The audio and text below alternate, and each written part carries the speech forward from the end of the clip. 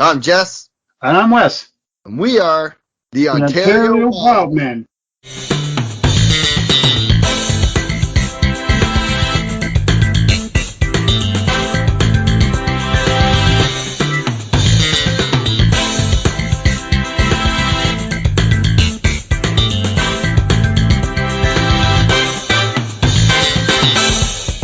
On this show, we travel back and revisit the significant moments, the heroes, the villains, the legends, and all things professional wrestling in Ontario. Wes, episode 5. This is huge. I can't believe we're here on our 5th episode. One a month we've been pumping out, man. I can't believe that we're here. It's so exciting. Again, I repeat this every time, Jesse. I wish I could explain to the listeners how exciting it is for us to be doing this. It's a trip down memory lane. It's us imparting some wisdom. It's us doing massive research, which you've done in this episode, the yeoman's chore for sure. It's just so exciting. I love doing this, and I can't wait to do this one, and I can't wait to do the next one. It's so exciting. I love doing the research. I love talking about wrestling. Yeah, I want to thank everybody for the huge support on our last episode, Dave versus Frank. We got a pretty good response on that one, man. For a very historical episode. It was interesting, I think, because lots of people who don't live in this area may not know much about Dave McKegney, the Wild Man, the Bear Man, whatever, and Frank Tunney going up against each other.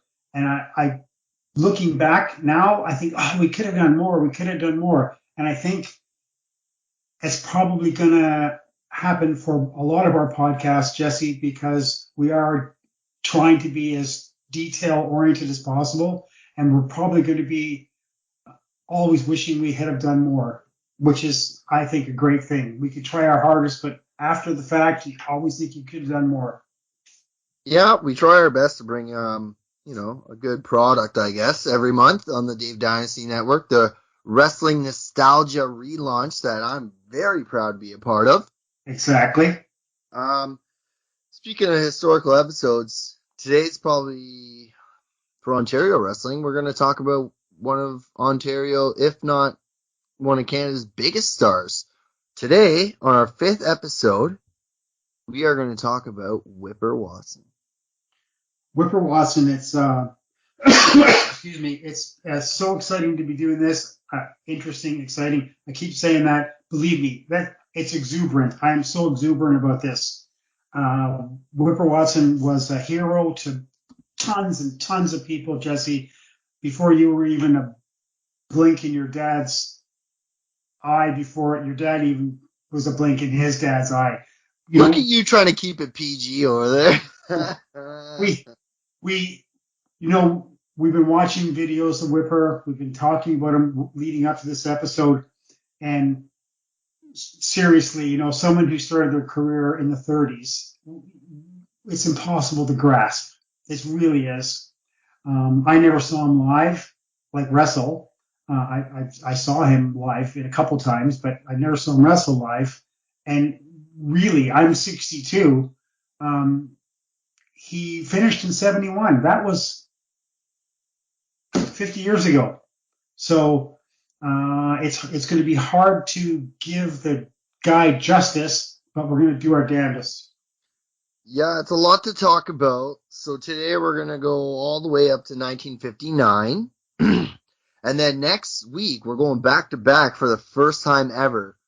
And we're going to drop part 2 of Whipper Watson. And we're going to just finish off, round out the career and life of Whipper Billy Watson. I've been posting on some of our Facebook pages and some of our friendly Facebook pages different articles on Whipper the last week or so.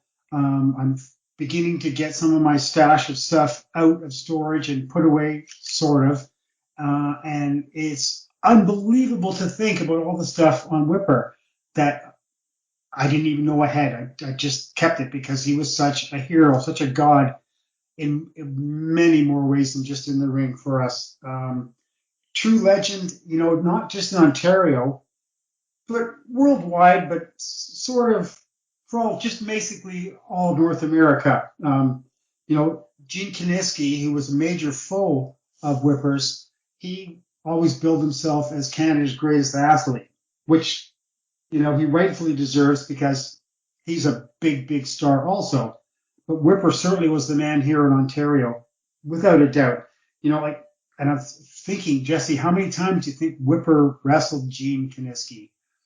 Every town, big city across probably North America, they wrestled when they were either of them or National Wrestling Alliance World Heavyweight Champions. And it just goes to show you how big those guys were. And we're focusing, of course, on Whipper today. So, Well, yeah, we'll do Gene in the future for sure. You have to. yeah, we big stars. We can look at, Ric Flair's career. We can easily go backwards because this is all documented. Someone so famous, like anybody, they start out slow.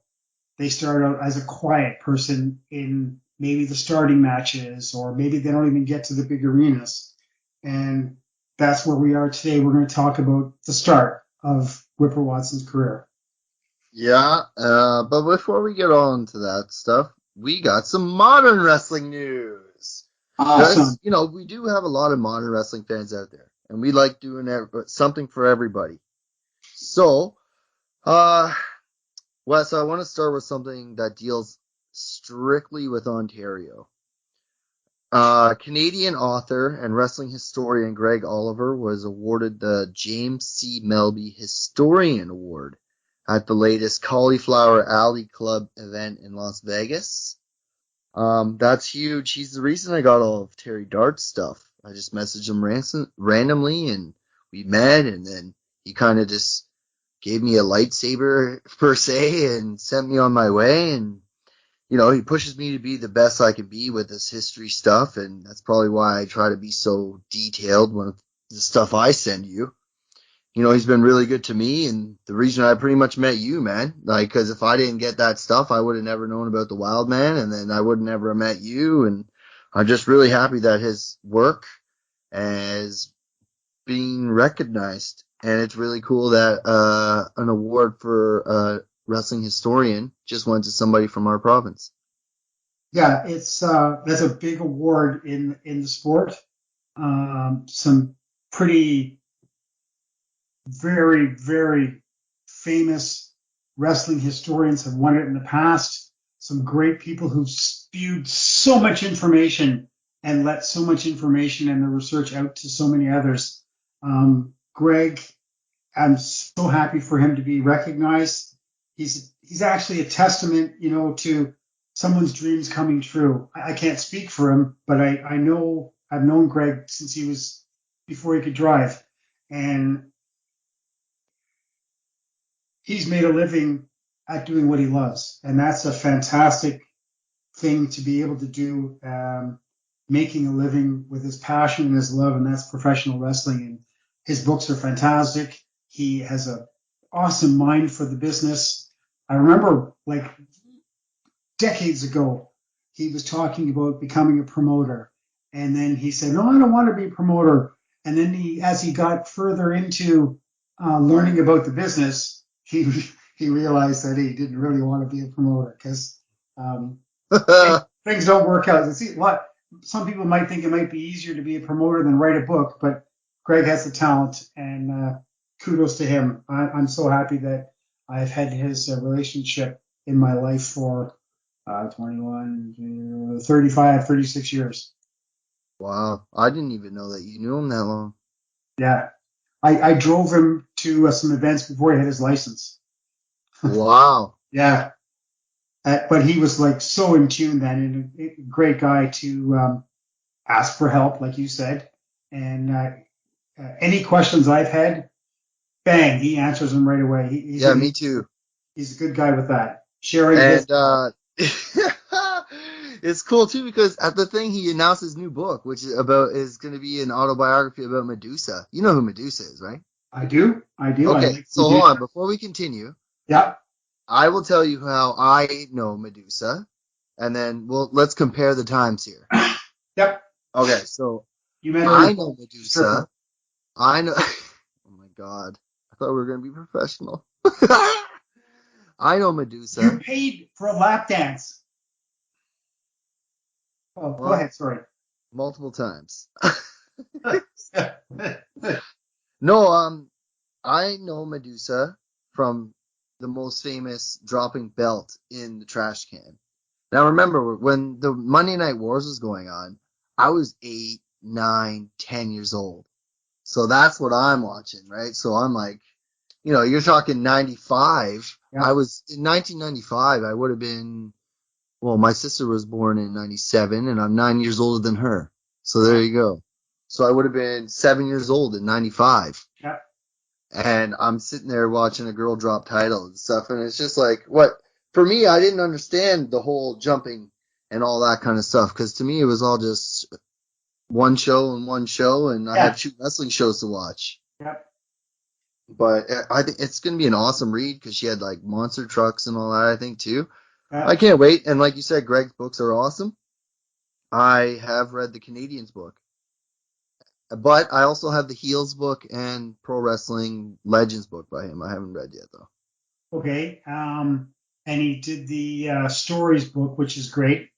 Lots of different stories from a whole different perspective of guys, old and new. I really enjoyed that one. Excuse me. Not to mention slamwrestling.net. Like, Yes. come I'm on, man. not going to mention it. No, Um, you're hilarious.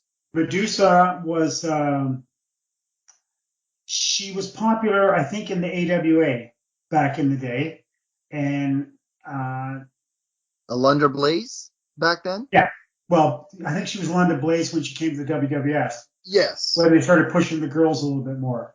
Yeah. Um, but she was A, beautiful, B, talented, and it would have been nice to have met her.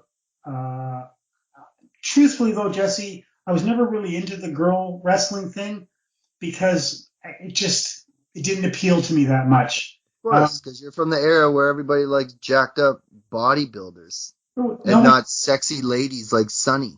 no, no. Well, we like Sunny. Don't, Buddy, I just told you how old I was at 95. Who didn't like Sunny at 7 years old?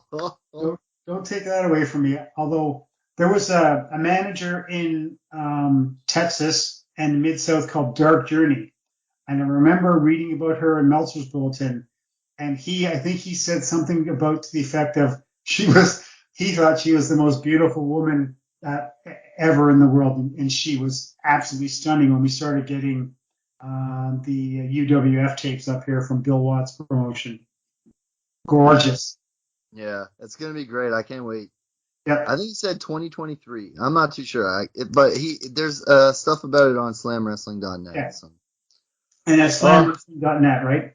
yeah, yeah, yeah. Yeah. You want to say it again? No. Okay, moving on. I'm old. I didn't hear you. Oh God, here we go. Good thing I'm a personal support worker, but okay. AEW. I've been telling you about this thing for in months, bro. Yep. Remember last month, before this episode came out last month, I even said I'm gonna watch All Out. Okay, we're here a month later. AEW is on fire. All Out was absolutely fantastic, top to bottom. CM Punk versus Darby Allin, my favorite match. Jon Moxley versus Satoshi Kojima, who I never even saw before, but I like New Japan stuff. I like that hard style, hitting, brawling style. Yep. Eddie Kingston versus Miro was fantastic. Bro, the hype is real, man. Adam Cole and Daniel Bryan, I said it right last month. I said they're gonna go. Yep. And they both went. CM Punk is there. And it's the whole world knows now that this is not the place. WWE is not the place to go. It's not the place to be. It's not the biggest thing anymore. It's get to the point where Mick Foley even came out. I know a lot of wrestling fans probably saw the video, but I think I sent you the video. I can't remember if I did or not. But Mick Foley came out and he even said it. He's like, young wrestlers don't aspire to go to WWE anymore. And then, like 2 weeks later, AEW forms. They combine with the Owen Hart Foundation, right? And they announce an Owen Hart Memorial Tournament. Now, that's huge. It's another slap in the face. of Vince and Vince's idea of whatever he thinks he's doing. I don't get it. Yeah, I we've talked about that. You don't really understand you know, but you know what? I get it now because thanks for our segment. What did you watch or whatever, right? Like you're showing me stuff that you watched, so now I kind of get why you don't like it.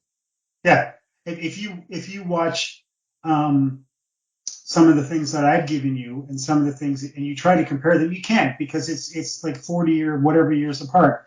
Mm-mm. We What I don't understand is how Vince can't, if his ass and his brain and head's so swollen, and his people around him are they so yes men that he just thinks he's not doing anything wrong by letting Bro, he all these people demoted his son-in-law. He by letting all these demoted people his go. Yeah, son-in-law. well, that's don't you think that in business, I don't know anything. I'm just saying. I'm just speaking out No, loud. you're a business guy. Don't lie. You're a business guy. You can't ignore competition, and you can't pretend they're not there, and you certainly cannot think that your shit don't smell.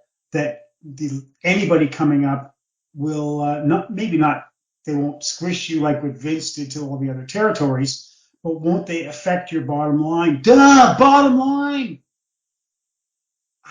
I don't get it, and that another reason why They're yeah releasing WWE is releasing top stars, and all yeah their top stars. John Moxley showed them the way to do it. It's hey, let your contract run out, because yeah then guess what? You can go work anywhere the next day. yeah. So now everyone's just letting their contract ride out, and they're gonna bounce. And I'm And telling you right now, Kevin Owens on WWE is gonna go to in AEW. yeah Because all his friends are there. Adam Cole, the Young Bucks, they're best friends in real life. okay So let me ask you, you're a business guy, right? If so, you own a company, and an employee works for you for I don't know, let's say 15 years. He's made his money, but you rely on him so much, and he's yeah just like, listen, man, like, what's the old saying? It's time to go and learn a new hold. You yeah know, yeah.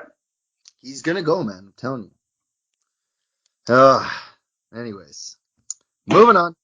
Dark Side of Moving the Ring is back. Yeah, on. yo. I love that show Excuse so me. much. I love that show. I've watched every season multiple times, multiple times. I think I've watched season 1, 2, and 3 so far, at least 5 times each. I love it. Now I haven't watched one yet, but I've watched a bit of some clips on YouTube or whatever. And have they completely on some of the shows pretended that you're portraying someone famous? Like, are they throwing actors in? People sort of look like people. Well, they're doing like reenactments, right? Like Okay. reenactments. So it's like a documentary Yeah. style where they do interviews with real people, but the actors are actual real wrestlers, and a lot of them are from Ontario, and they do reenactments of scenes. So Okay. like Channing Decker from Greektown Wrestling, Yeah. he was Brian Pillman, and I think he was Sam Houston too. But he just steps in and does the reenactments, right? Yeah. Okay. So, That's what I thought. yeah. So the you asked me about the Johnny Canine episode that's coming up. Yes. Has it released yet? No. The first two. So the first two of the second half were the plane ride from hell, Yeah. which had a lot of controversy about it Yeah. because right, and then they did Chris Canyon last week. So Right. this week Yeah. it's the FMW with I think Onita. Yeah. Onita. Yeah. Yeah. So I don't know much about it, so I'm looking forward to it. And then I think it's Bruiser Bedlam, Okay. Johnny King. The uh, the FMW when it came out was at I'm gonna say for me a low period here, and when I was getting the sheets, it was really interesting to read what was going on over there. Even though I wasn't a big I'd seen some videotapes. I wasn't a big fan of it. Just people hammering people with shit, not even wrestling at all. Just not even like introductions or nothing. Just get in the ring, hit people over the head with shit. I thought conversely ECW was interesting because I could get the character involvement and get the Joey Styles talking about it on the ring, whereas the Japanese, you lose a lot when you don't get the announcing, right? Hmm. Still a big deal, and it in some ways it changed the face of wrestling also. And I think it was one of the last promotions where the Sheik worked. I think that was one of the ones where he lit himself on fire or something. Yeah, I think Sabu's in the episode, and he's going to Yeah, talk about it. yeah, Yeah, that's going to be good. The Bruiser Bedlam Johnny K9, that's going to be fucking wild. What, yeah. did he blow up a police station, they're saying? He Leader of a was biker gang? yeah, he was a bit of a rebel guy, yeah, but I loved him in the ring. I saw him a couple times, once or twice live, and I saw him on TV a few times. He He worked for the worked Bearman? he worked really briefly for the Bearman on the last portion of the Ontario tour before they went down to the fateful tour in Newfoundland. So he was working in, I think it was May, June, and early May and June, yeah, when Dave was promoting. I believe me, the Wild Man, the Bear Man was promoting like terrible little shit ass arenas, just pathetic. Like, I seen some of the pay stubs, I seen some of the results. I mean, they weren't even coming close to making money. He was just putting in some time before he left to go on the big tour of Newfoundland. But Yeah, yeah, the Tragic Tour. But we'll talk about that in later. yes, Luna Vachon is on there too. Um, Rob Black's XPW. I don't know. no idea. I guess we're gonna find out. Yep, And then the big thing is the steroid trials. yeah, That's gonna be huge. I hear that's they got the lawyer from there, oh, okay. so that'll be interesting to hear what he has to say. That was crazy at the time too. It really was reading about that in the sheets, um, and looking at it from a regular person, going, you guys are fucked. You you you're stupid. You're lying. You're getting away with it. You just maybe it was Vince throwing money at it. I don't know. I don't know. I know that the only piece of history that I own personally from there is that I won photography sheets of the actual New York Post of him being indicted off a Okay. Tom. Oh yeah, I won it off a Tom Burke auction, buddy. That is sealed, put away. I looked at it, read it, put it away. Like that's up there for me. Yeah, what reminds me of I was listening to a Jim Cornette episode. It was so funny. I don't know if you've listened to this one. All the lies that Hulk Hogan has told. Yeah, Did you listen to that one? yeah. Oh, Oh it's my God, hilarious. that's And hilarious. I've never done steroids. I've never done steroids. Uh, Yeah. oh man. Okay. Yeah. Wes, we always do this before we go into what did we watch. We always get serious. We're gonna get serious here for a minute. Unfortunately, yes. Um, Daphne Shannon Sproul died at 46 by suicide. Um, from what knowledge I know is that she went online about it or started posting some stuff online. Um, I just want to let everybody listening right now know that if, that there is help out there for you and that there is lines for help and that I have those lines right here, right now. Oh, good. Good for you. Yeah. So here's a website called crisisservicecanada.ca. They have a phone number,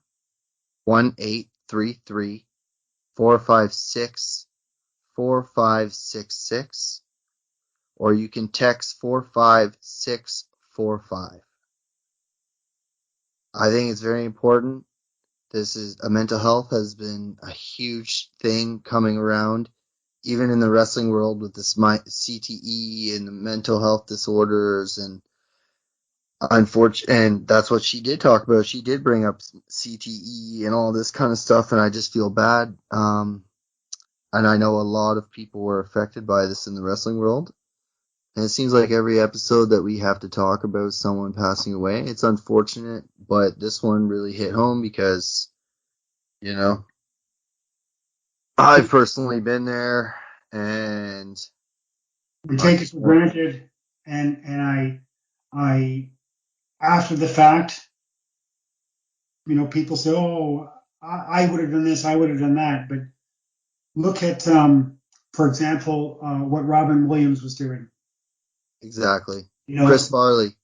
his whole life was just putting on a face to make people happy and to make himself probably think that he was happy. And I know in Canada also we have Bell Let's Talk, which is very important, and it gets really good social media presence and coverage. And I do think that I appreciate you getting the numbers, Jesse. That's awesome. Yeah. I'm gonna say it again. So it's crisisservicecanada.ca.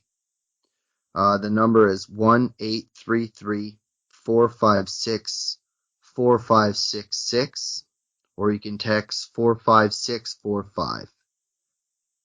And on that, we're gonna call it.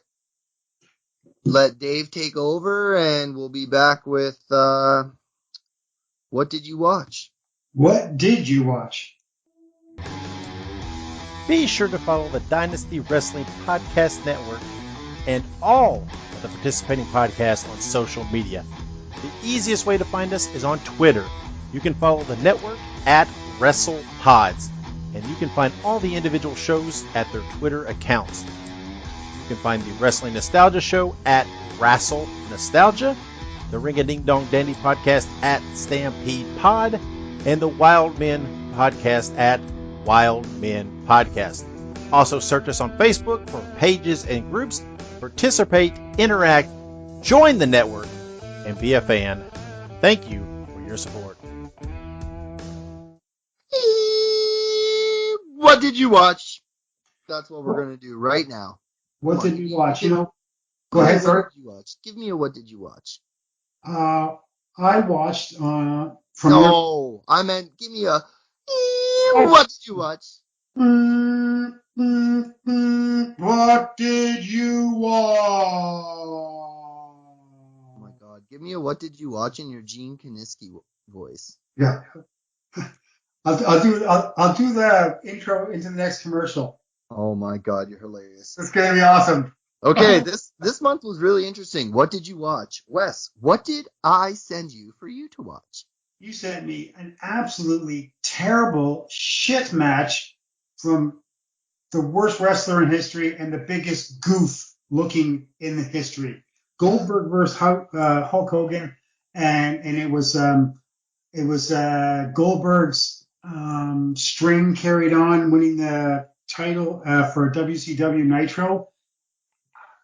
It was awful. Oh my god! It showed how shit they were.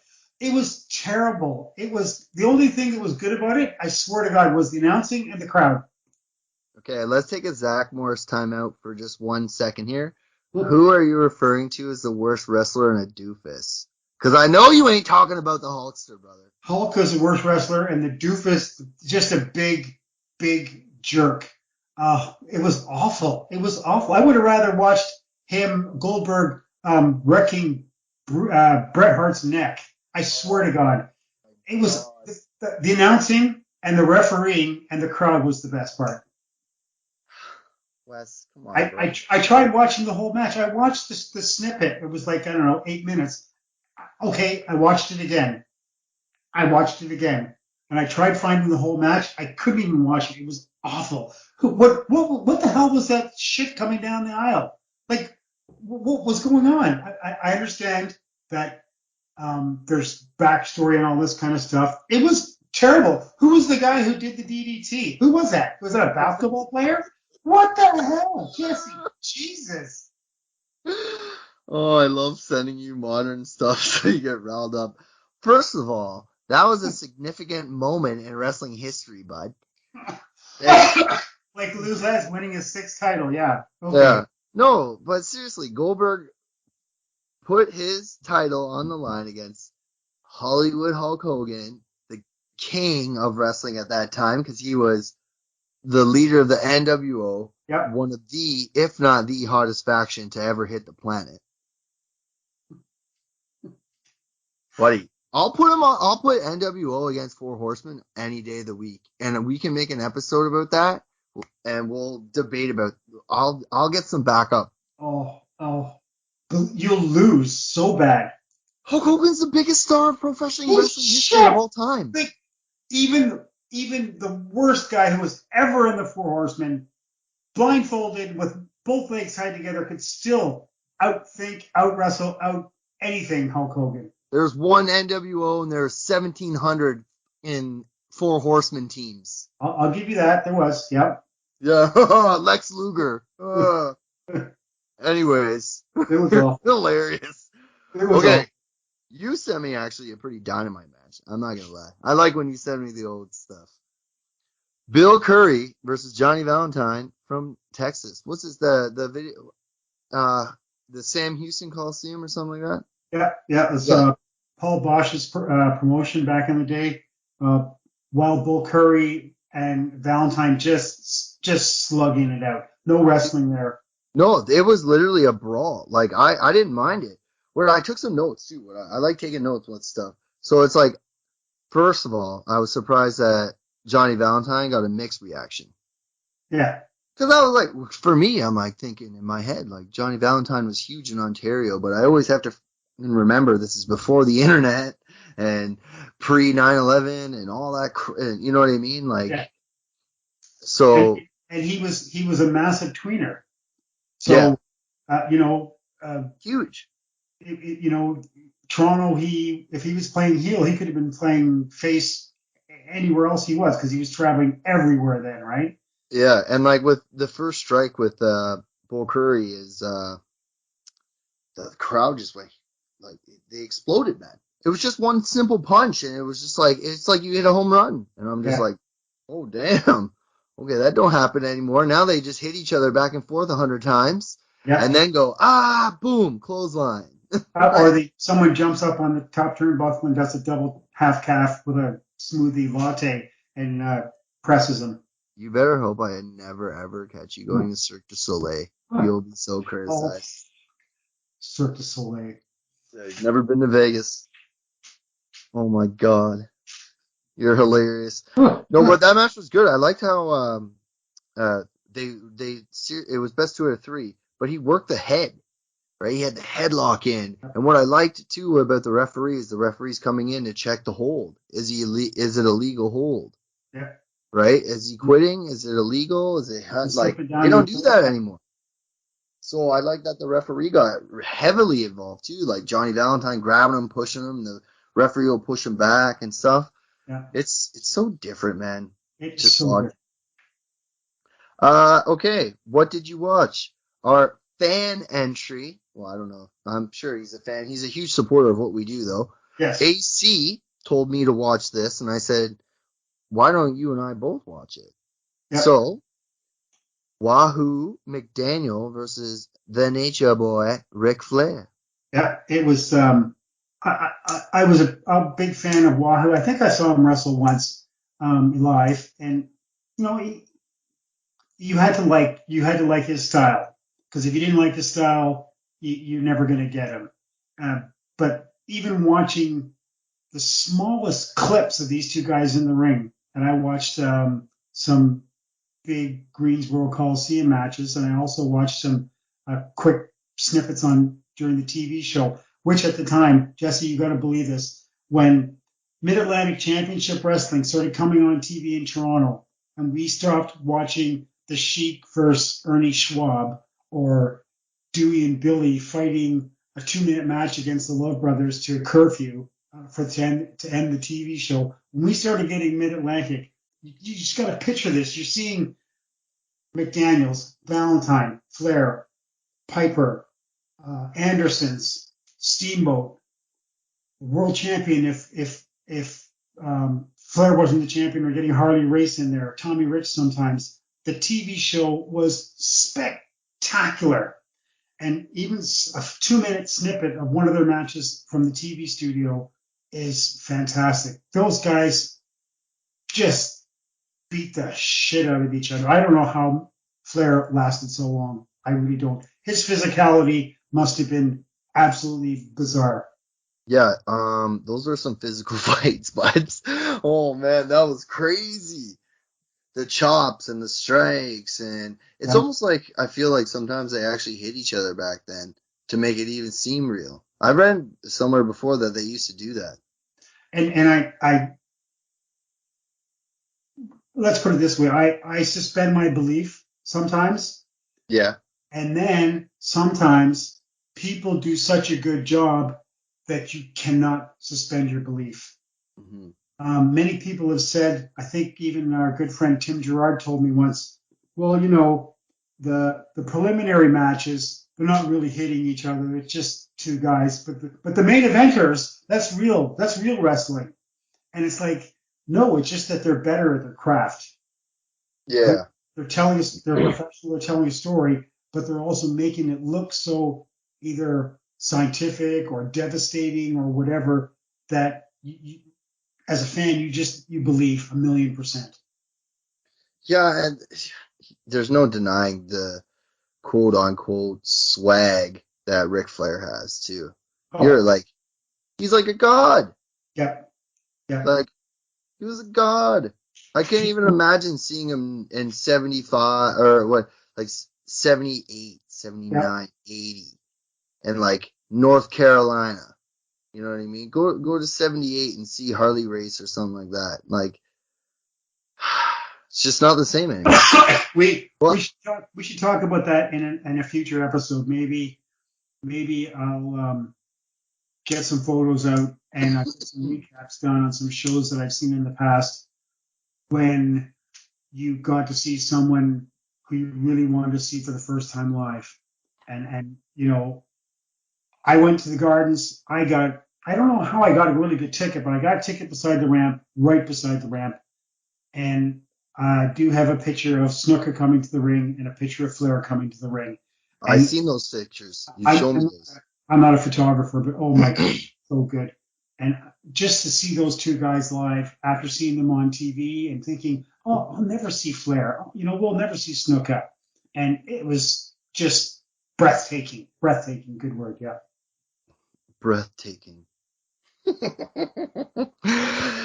Oh, As opposed to, oh my God, look at the fans behind Hogan. Look, that guy's holding up a sign that says Jesse's number one. I met Hulk Hogan. He shook my hand and he called me brother. So the Okay, well, good for you. I'll give you a hand hug. was huge. I shook the hand that punched Andre the Giant, bud. Remember that. That It's injected all, his ass with steroids. first of all, Yep. as a PSW, I'm qualified for that. What's Um, wrong with my chest? I got a cold. yeah. For everybody who wants to send in a match or a request, please check our Facebook groups. Ontario Wrestling Clippings of the Past, or the Wildman Tribute page. Our members have gone up, which is so grateful, and we're so happy for everybody that's involved in there. And Pete Jarvis is helping us out too with the posting, and he's been doing a great job helping out in those groups as well. We surpassed 1,300 this week, and I swear to God, I was thinking, wow, I was thinking maybe I might get 200 people when I started it, and Mm-hmm. that would be the most fantastic thing in the world. I know that there's other pages down the road I'm going to be doing. I just not ready yet, but it's so exciting. It's so fun, so much fun, and I hope Yeah, everyone listening gets a chance to check them out.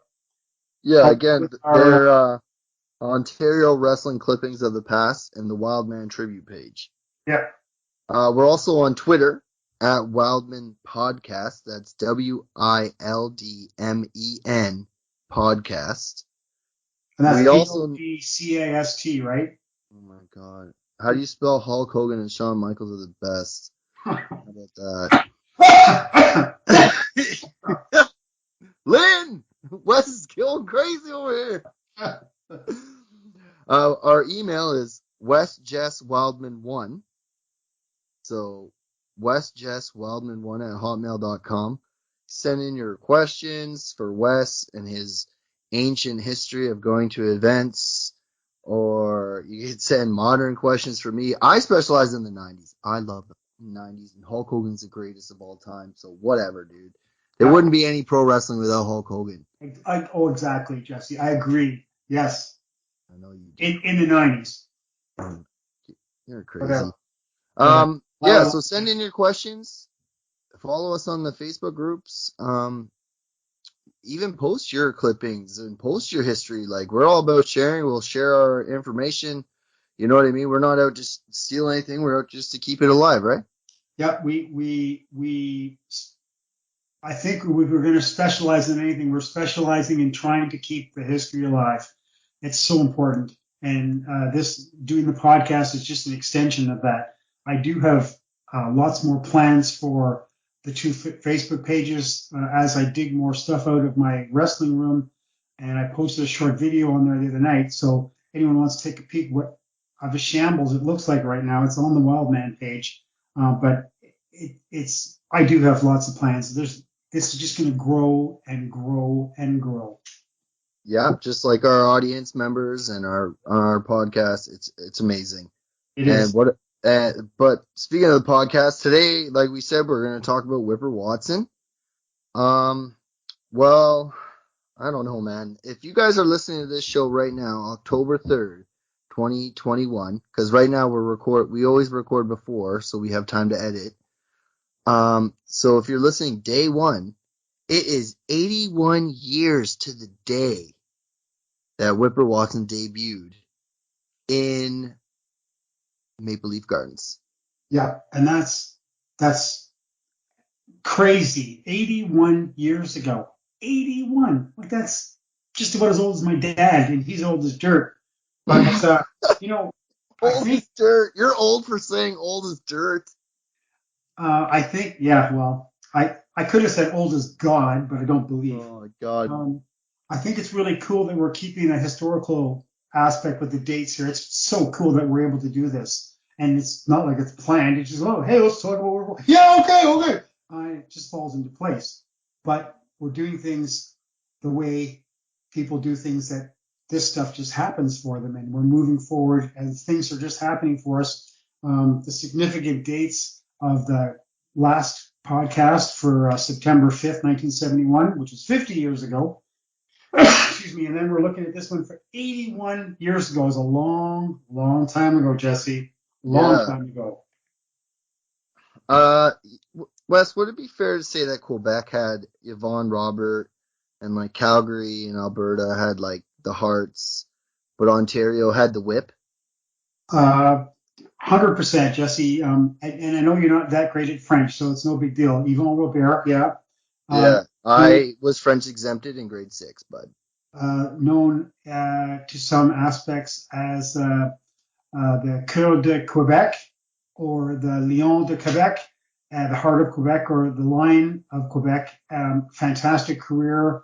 I can't speak gobs and gobs and gobs about him. Obviously, never saw him wrestle. I think he died in like 70, 71.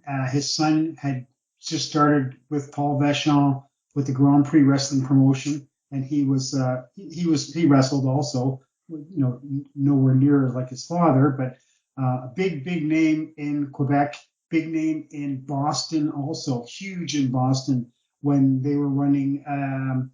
I think it was called an AWA territory in the 30s and 40s. Yvon Robert was huge, and blinking his eye, he could sell out the Forum in Montreal. So, fantastic career, great wrestler. The funny thing is, Jesse, these guys, Whipper Watson and Yvon Robert, they might have been around the same weight, but these guys weren't huge. These guys were like 5'10", maybe 6 foot at the most, 210 when they started, maybe bulked up to maybe 230, 235. But at the end of their career, Yvon Robert was probably about 240, and Watson was probably about 280, maybe more, because he had kind of ballooned before he had the bad accident. But certainly, we don't have to say anything about the Hearts. No. That goes for itself. Yeah, I mean, Stu Hart trained everybody. No. Yeah, I'm not even going to do them because I hate people doing Stu Hart. It's awful because I have my own opinion about them, and I won't say anything. But You hate Hulk Hogan, so I'm sure it's not nice. read some of the books that have been written about the Hearts and how they fought back and forth and bitched about everyone else, and just the turmoil. We've used that word, turmoil, in their lives must Hmm. have been just brutal. Won't take away Stu's history, Stu's career, and Stu's promoting, which lives still to a certain degree today. Yeah, it's still there's a show about it, Ring a Ding Dong Dandy, on the same network that we're on. So That's right.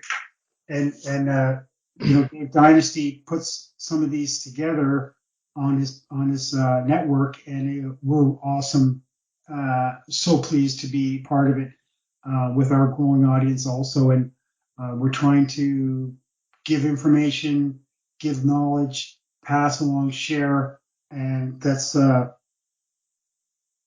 where we are now. It's Whipper Watson time. yeah, and just so to be clear for all the modern wrestling fans out there, Whipper Watson to Frank Tunney, who we've talked about multiple times in previous episodes and will talk more about in the future because he is Ontario Wrestling, in my opinion. Um, he would be what Hulk Hogan was to McMahon Jr., or what like John Cena is to McMahon Jr., or what Bruno Sammartino is to McMahon Sr., Lawler to Jerry Jarrett. I mean, Von Erichs in Texas. Like, we could go on forever, Yeah, but he was the man. it's true. I mean, we could go on talking stats and we could go on talking about figures, but when um, someone publishes a story, whether it's in the newspaper or a magazine, saying that Whipper Watson probably drew 5 million fans to Maple Leaf Gardens.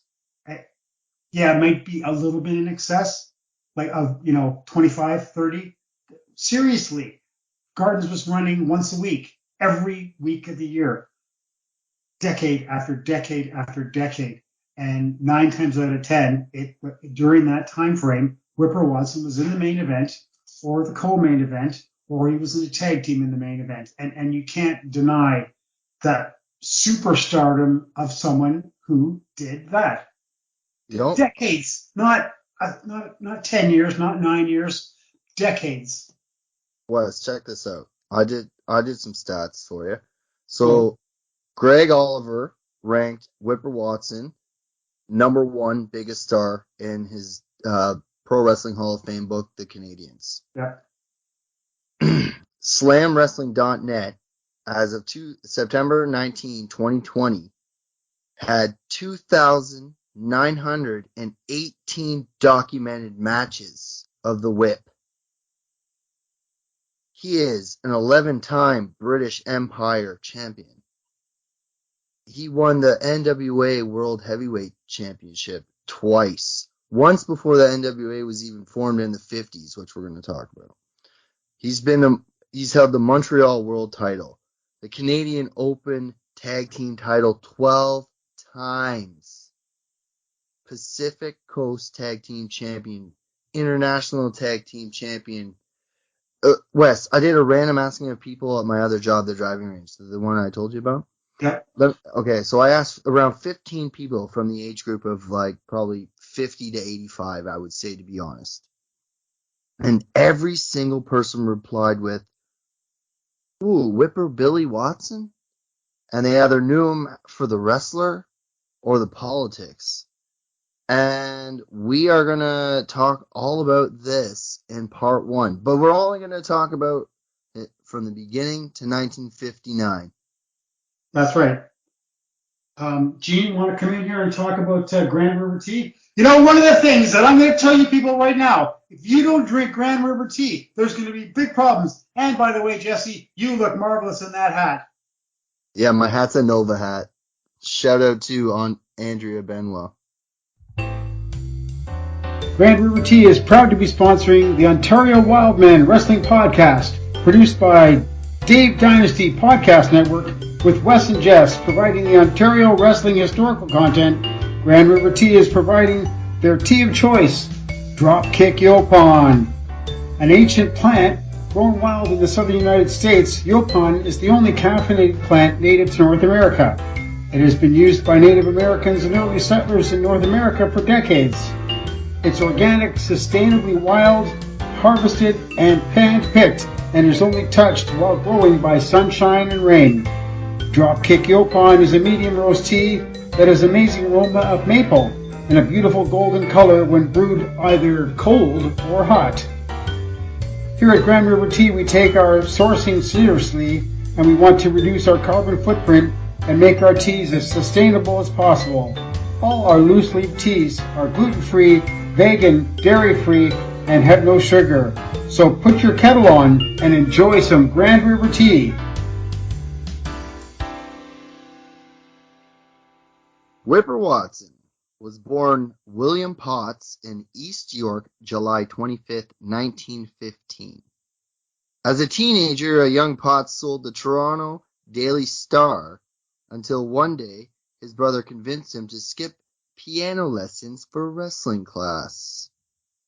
That wrestling class would lead into what we know Whipper for today. Training under Phil Lawson at the Bulls Athletic Club, William Potts gained skills and knowledge, becoming a great amateur wrestler.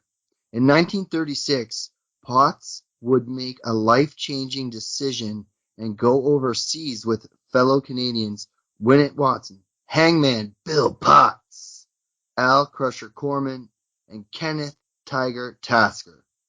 Wes, I want to take a stop right here for just 1 second and let you explain who these guys were and what this trip really meant for wrestling history in Ontario.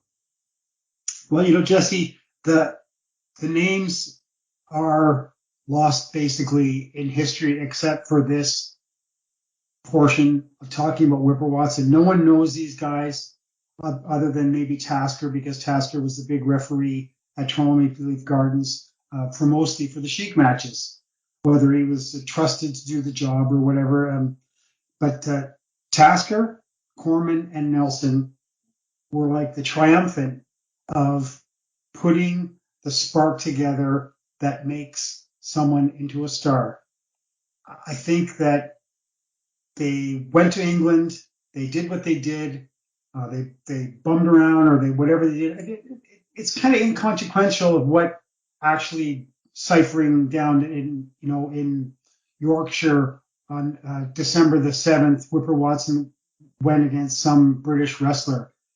It's more about saying these guys were instrumental in creating Whipper Watson, helping create him.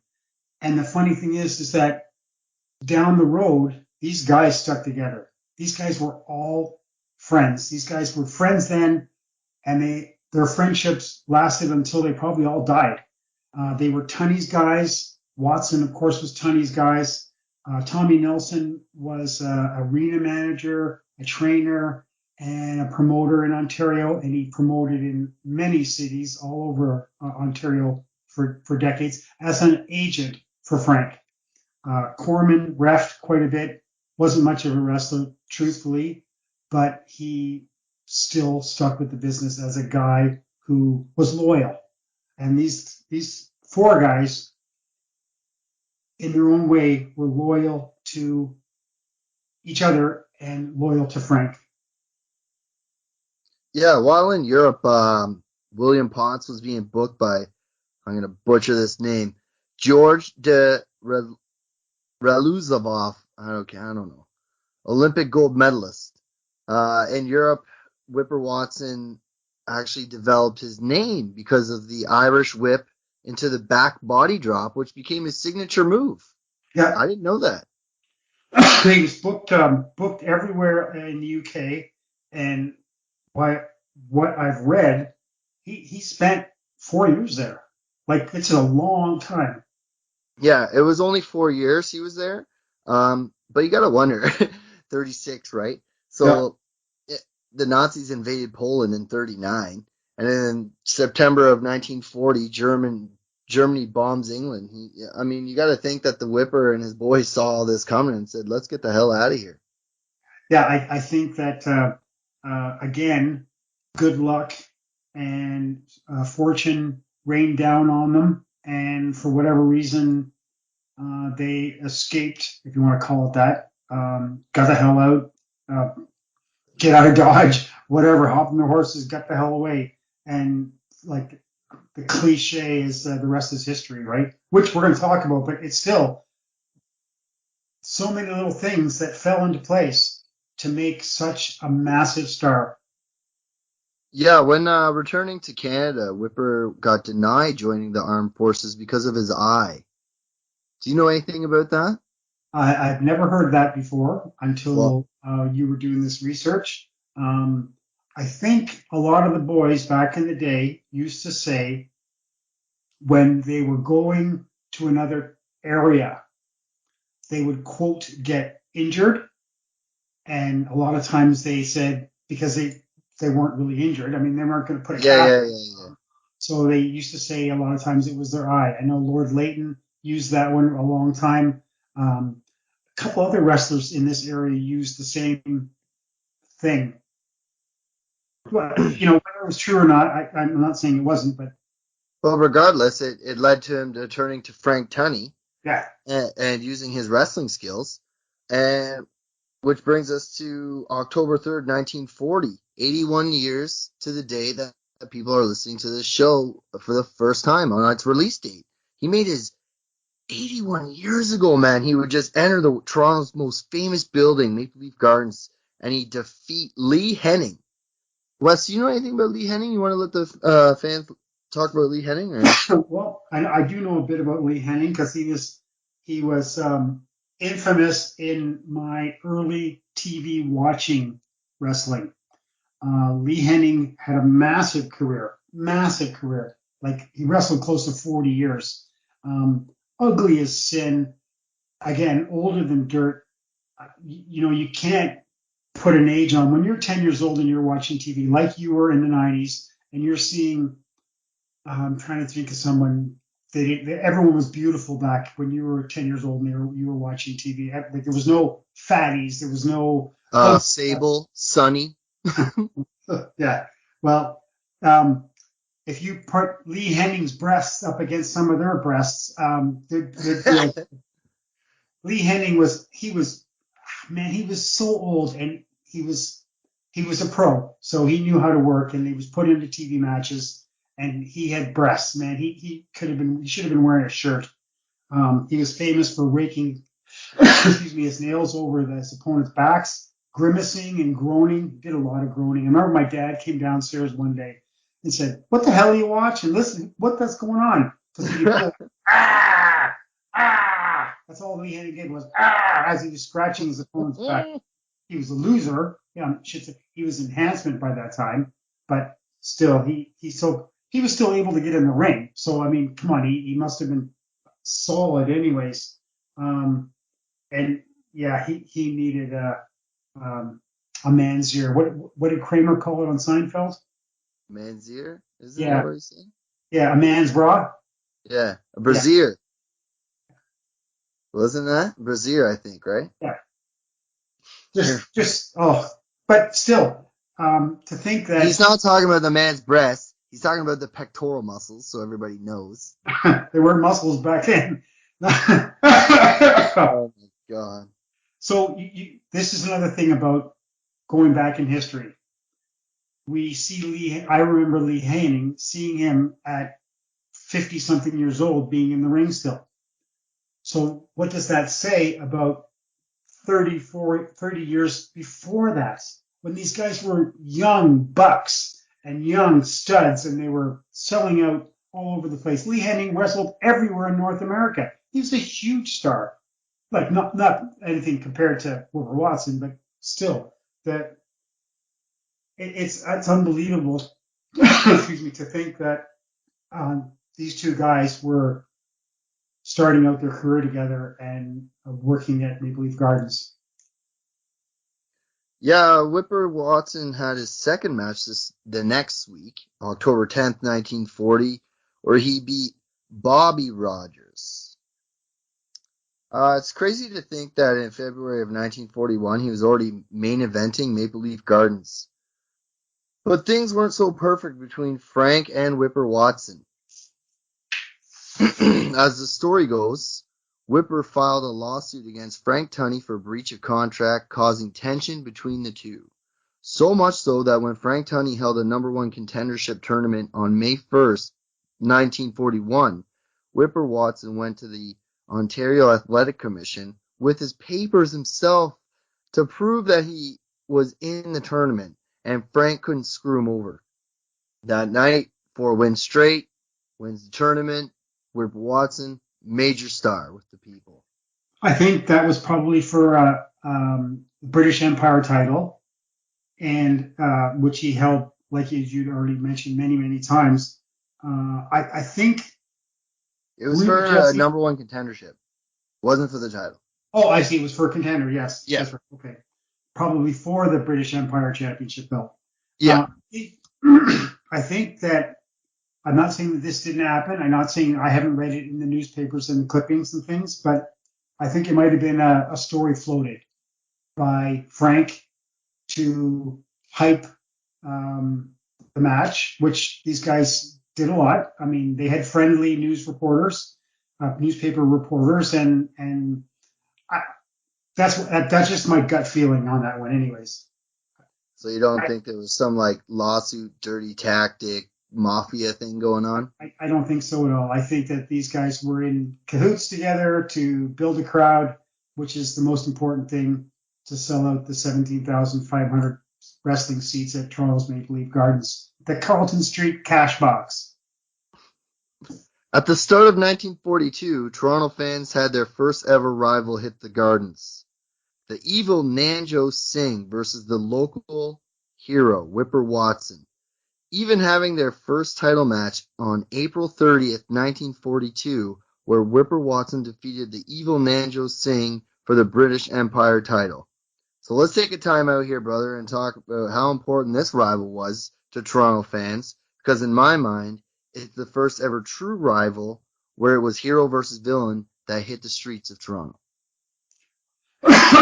Sorry, Jesse. No, it's okay. You've been sick a few days, so don't worry about it. Without a doubt, I agree with you 100% there. Nanjo Singh was a villain. No doubt about it. He wasn't a tweener. Anywhere else he appeared, he was a good guy. It wasn't the case. We never saw him wrestle. I looked for video. There's none. You try searching Nanjo Singh, you get bugger shit, right?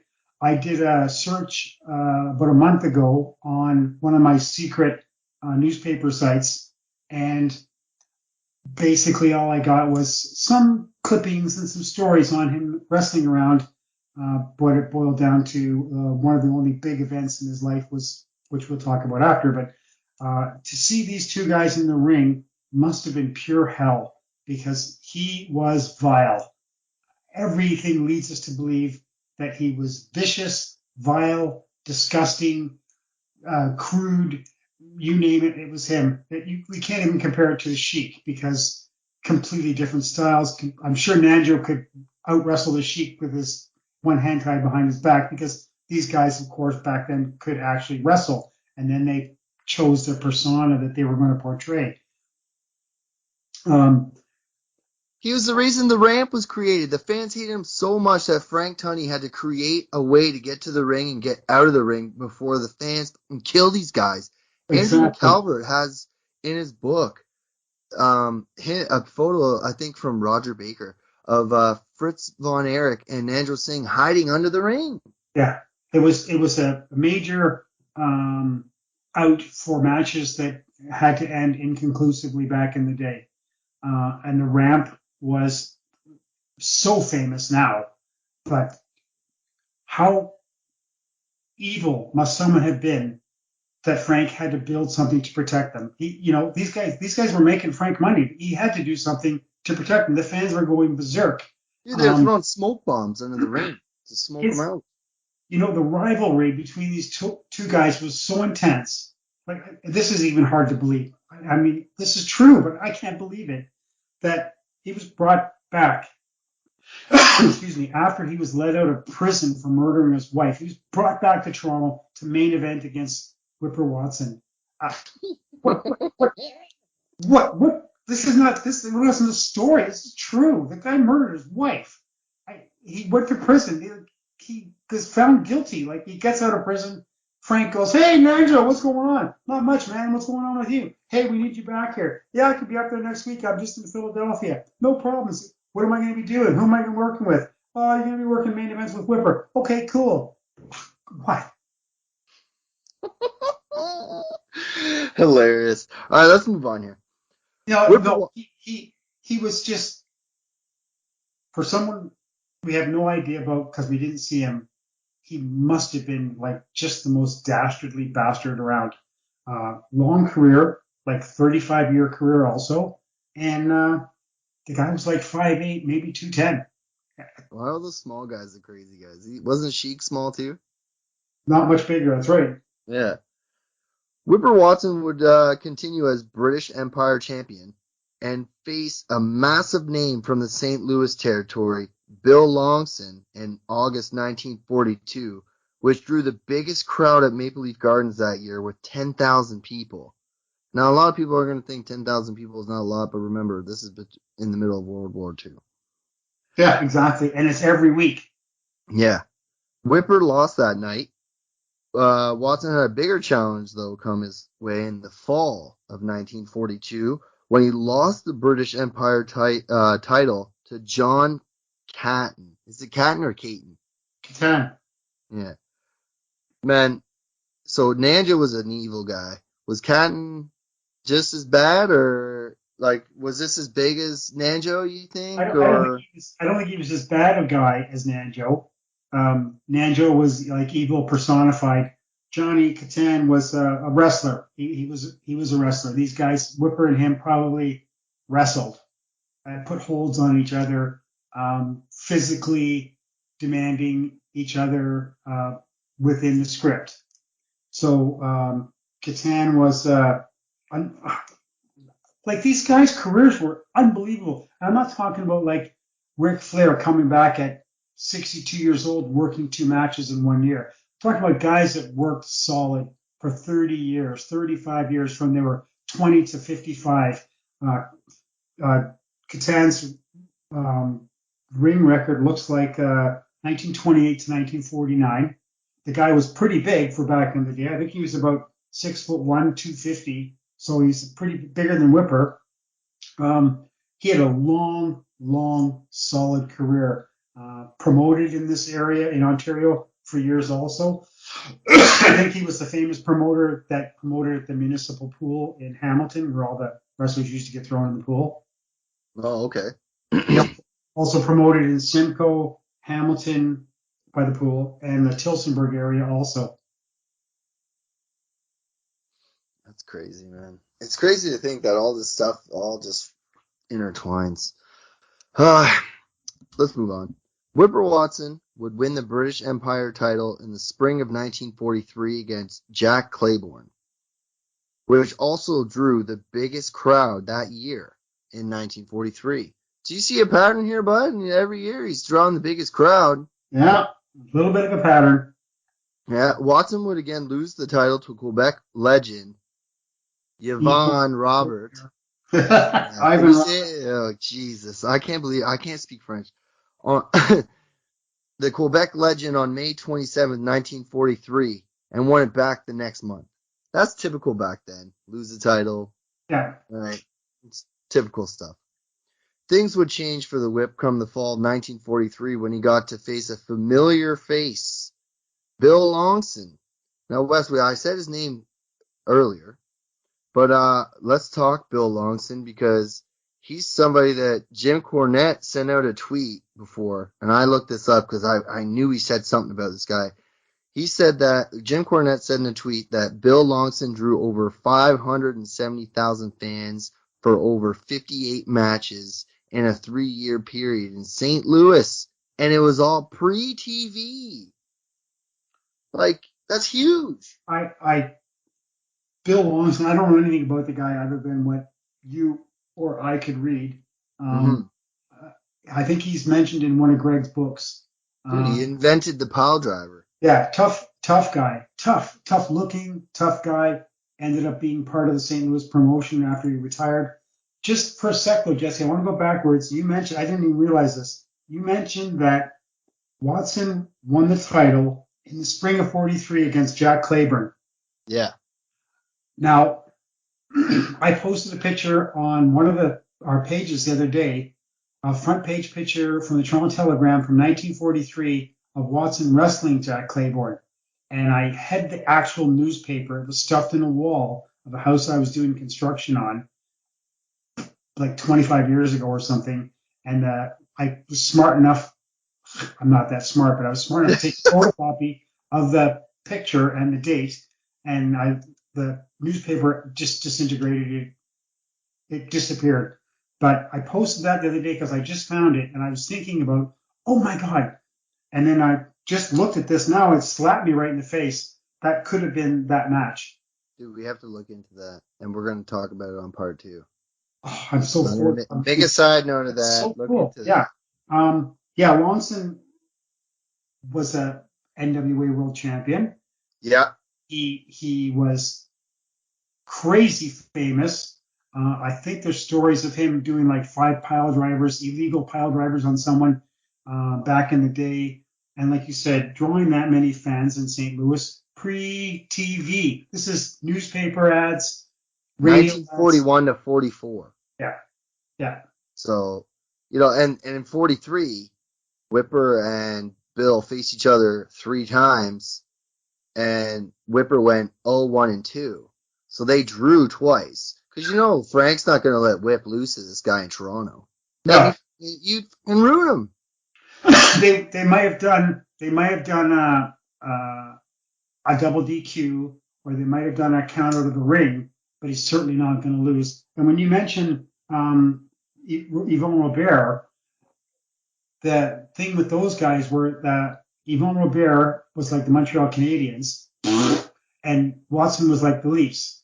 So Watson would go to Montreal or Quebec, and he would lose there. And vice versa. Robert would come to Toronto, and he would lose here. And it was just promoters working together. Yeah, exactly.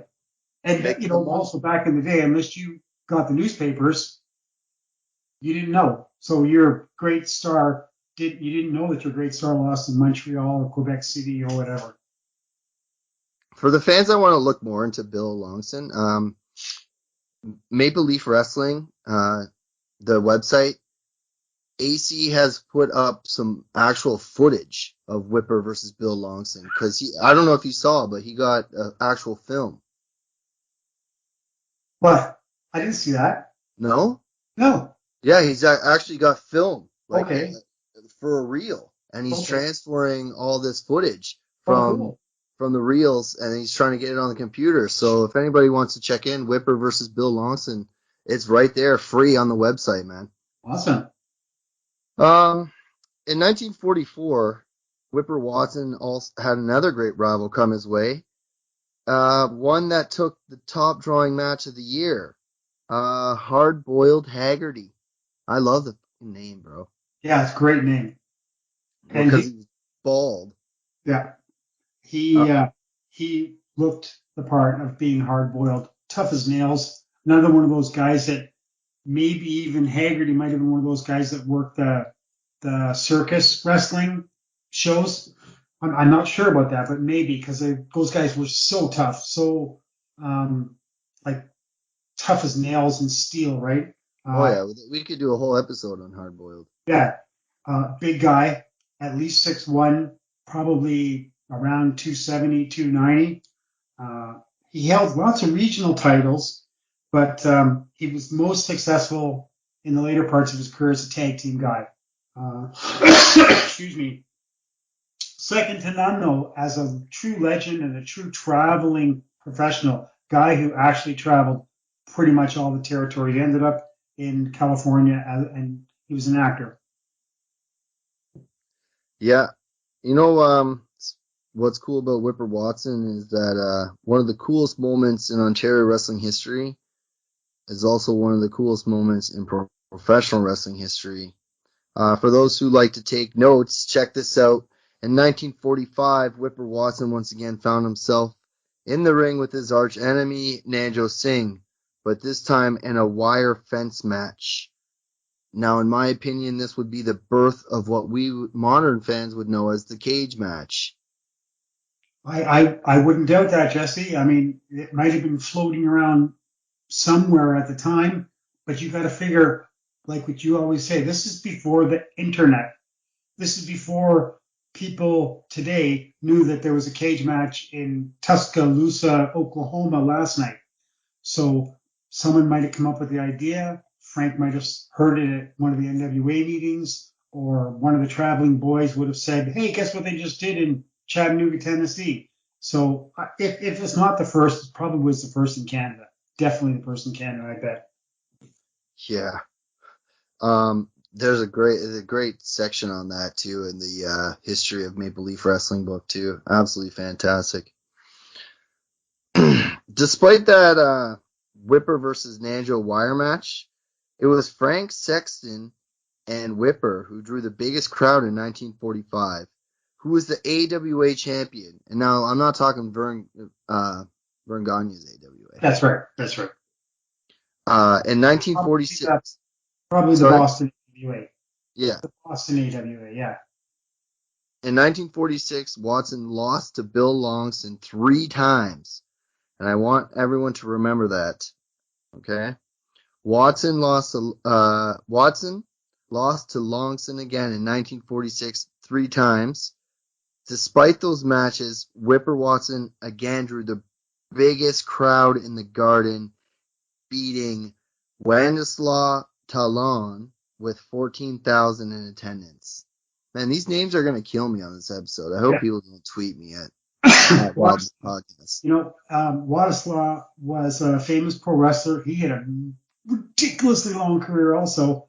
And recently I found some clippings from him in Quebec portraying a guy called the Great Goliath, because the guy was really tall. I think he's billed as 7'4", but he's probably 6'8" or 6'9" or something. He had lots and lots of aliases, and I didn't get the facts on his actual length of his career, but he had a massive. He was another one of those guys. Probably went 1935 to 1965 as a career, easy. Now, in 1946, by this time, Frank and Whipper had a great relationship, and with Frank's pull with St. Louis and the promoter Tom Pax, Watson got another shot against Bill Longston and ended his 4-year title reign in St. Louis. In 1948, longtime St. Louis promoter Tom Pax retired, and Frank brought his number one star, Whipper Watson, into the St. Louis Terry. They bought in, as they say. Yep. St. Louis would become a home away from home for the Canadian star. Whipper also had the top drawing match in 1948 against Nanjo Singh with 13,000, and again in 1949 against the Masked Marvel with 14,000. Whipper Watson also started his own soda company in 1949, selling grape and lime soda. And if anybody knows who the promoter is for CWO in Ontario, he actually owns a bottle of this soda. Yeah.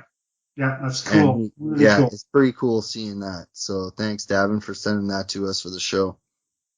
I mean, now people don't know who Tom Pax is. Obviously, he's the guy before Sam Muchnick, right? Yep. Yeah, right. I figured so much. I just, sometimes you have to be sure.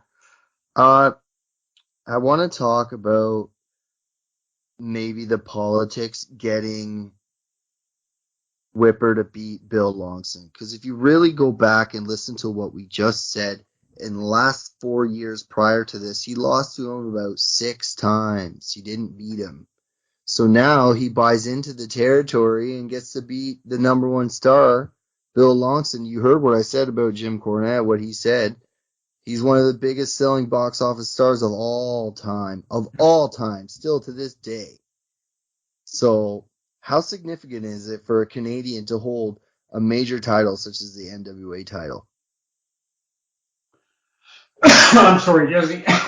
No, it's okay, man. I know you're sick. You're doing this I for the think fans. I think that buying into the promotion was probably one of the biggest things that helped get him over to the committee to get him to be champion. Frank had pull. When you start buying into promotion, you're getting points with the attendance and everything, and the commission snacks and whatever that's called. What's the word I'm looking for? Snacks. Like popcorn and the pop and the hot dogs and the Concessions. Concessions. That's it. Concessions. Yes, way to be. When you start getting a portion of that, I think it goes a long way in saying what control you have. And Watson could draw. Obviously, they saw that his drawing power with Longston, even though Longston was a champ, that it made probably a pretty good decision to put the title on Whipper. A complete, I'm going to retract this a little bit later, but a complete and utter babyface. Just babyface personified, right? Of course, when you're going up against a guy like Bill Longston, who was a longtime champion and was a hated villain, they need to mix it up every once in a while. Just like what they never did in some cities in the 70s, they never mixed it up. Like Toronto died because they never made the Sheik a challenger. He just kept the belt. And the same in Detroit. They burnt themselves out by not doing the right thing.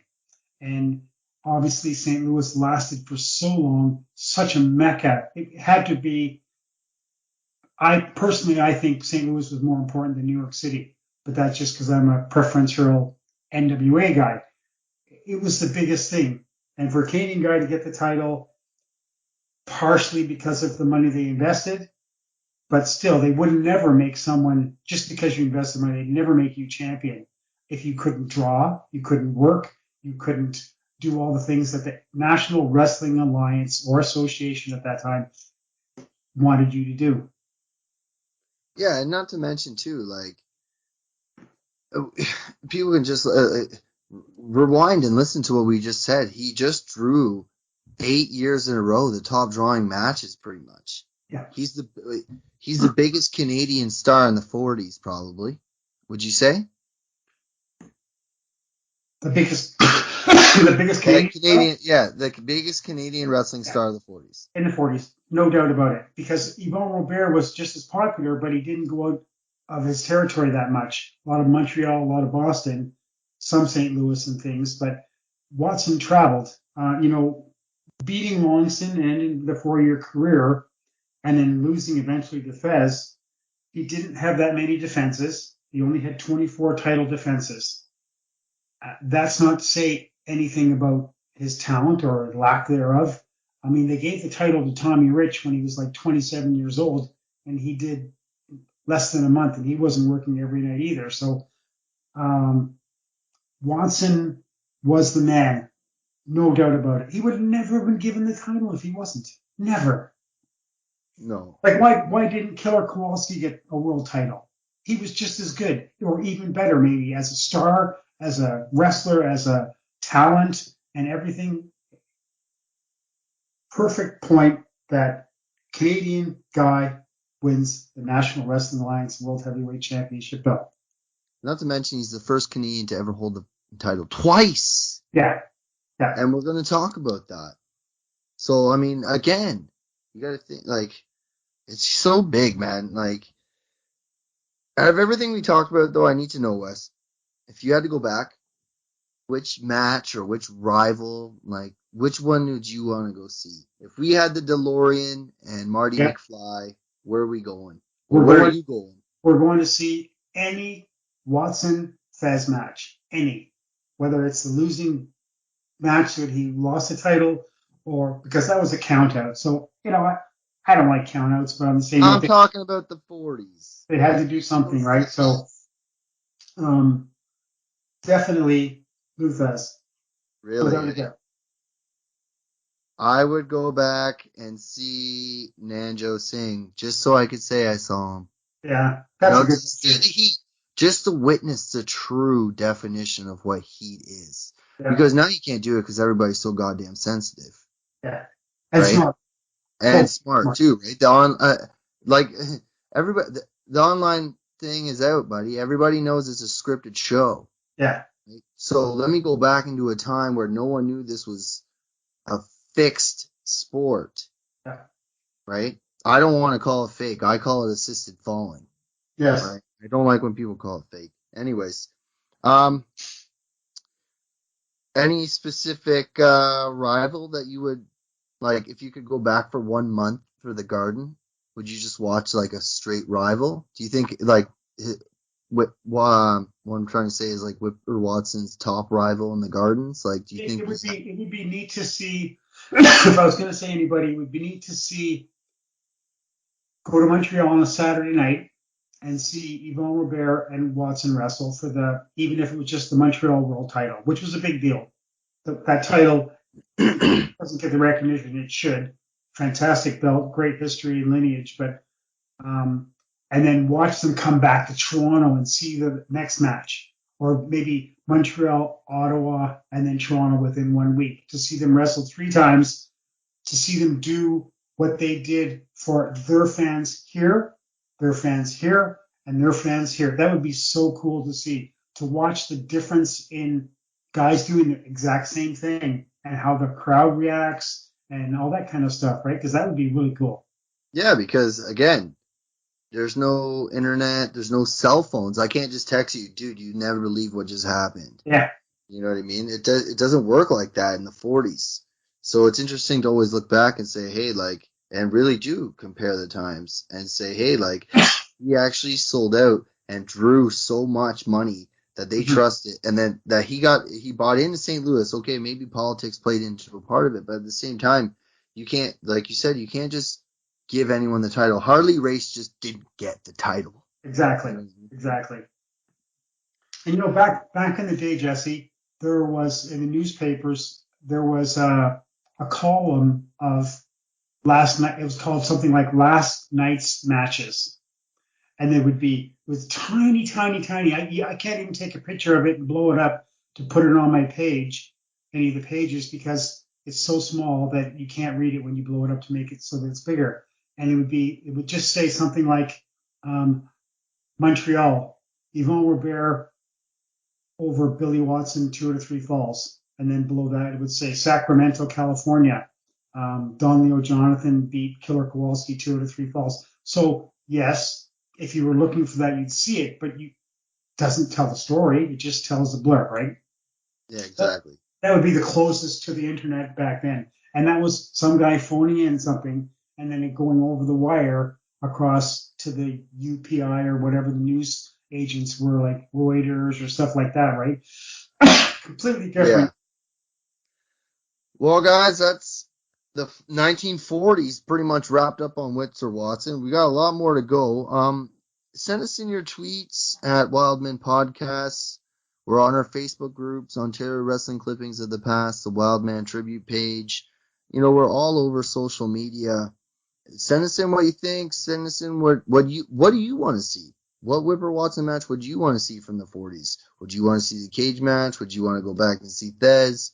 Let us know. Write us in. We'll be back after this commercial, and we're going to talk Whipper Watson 1950 to 1959.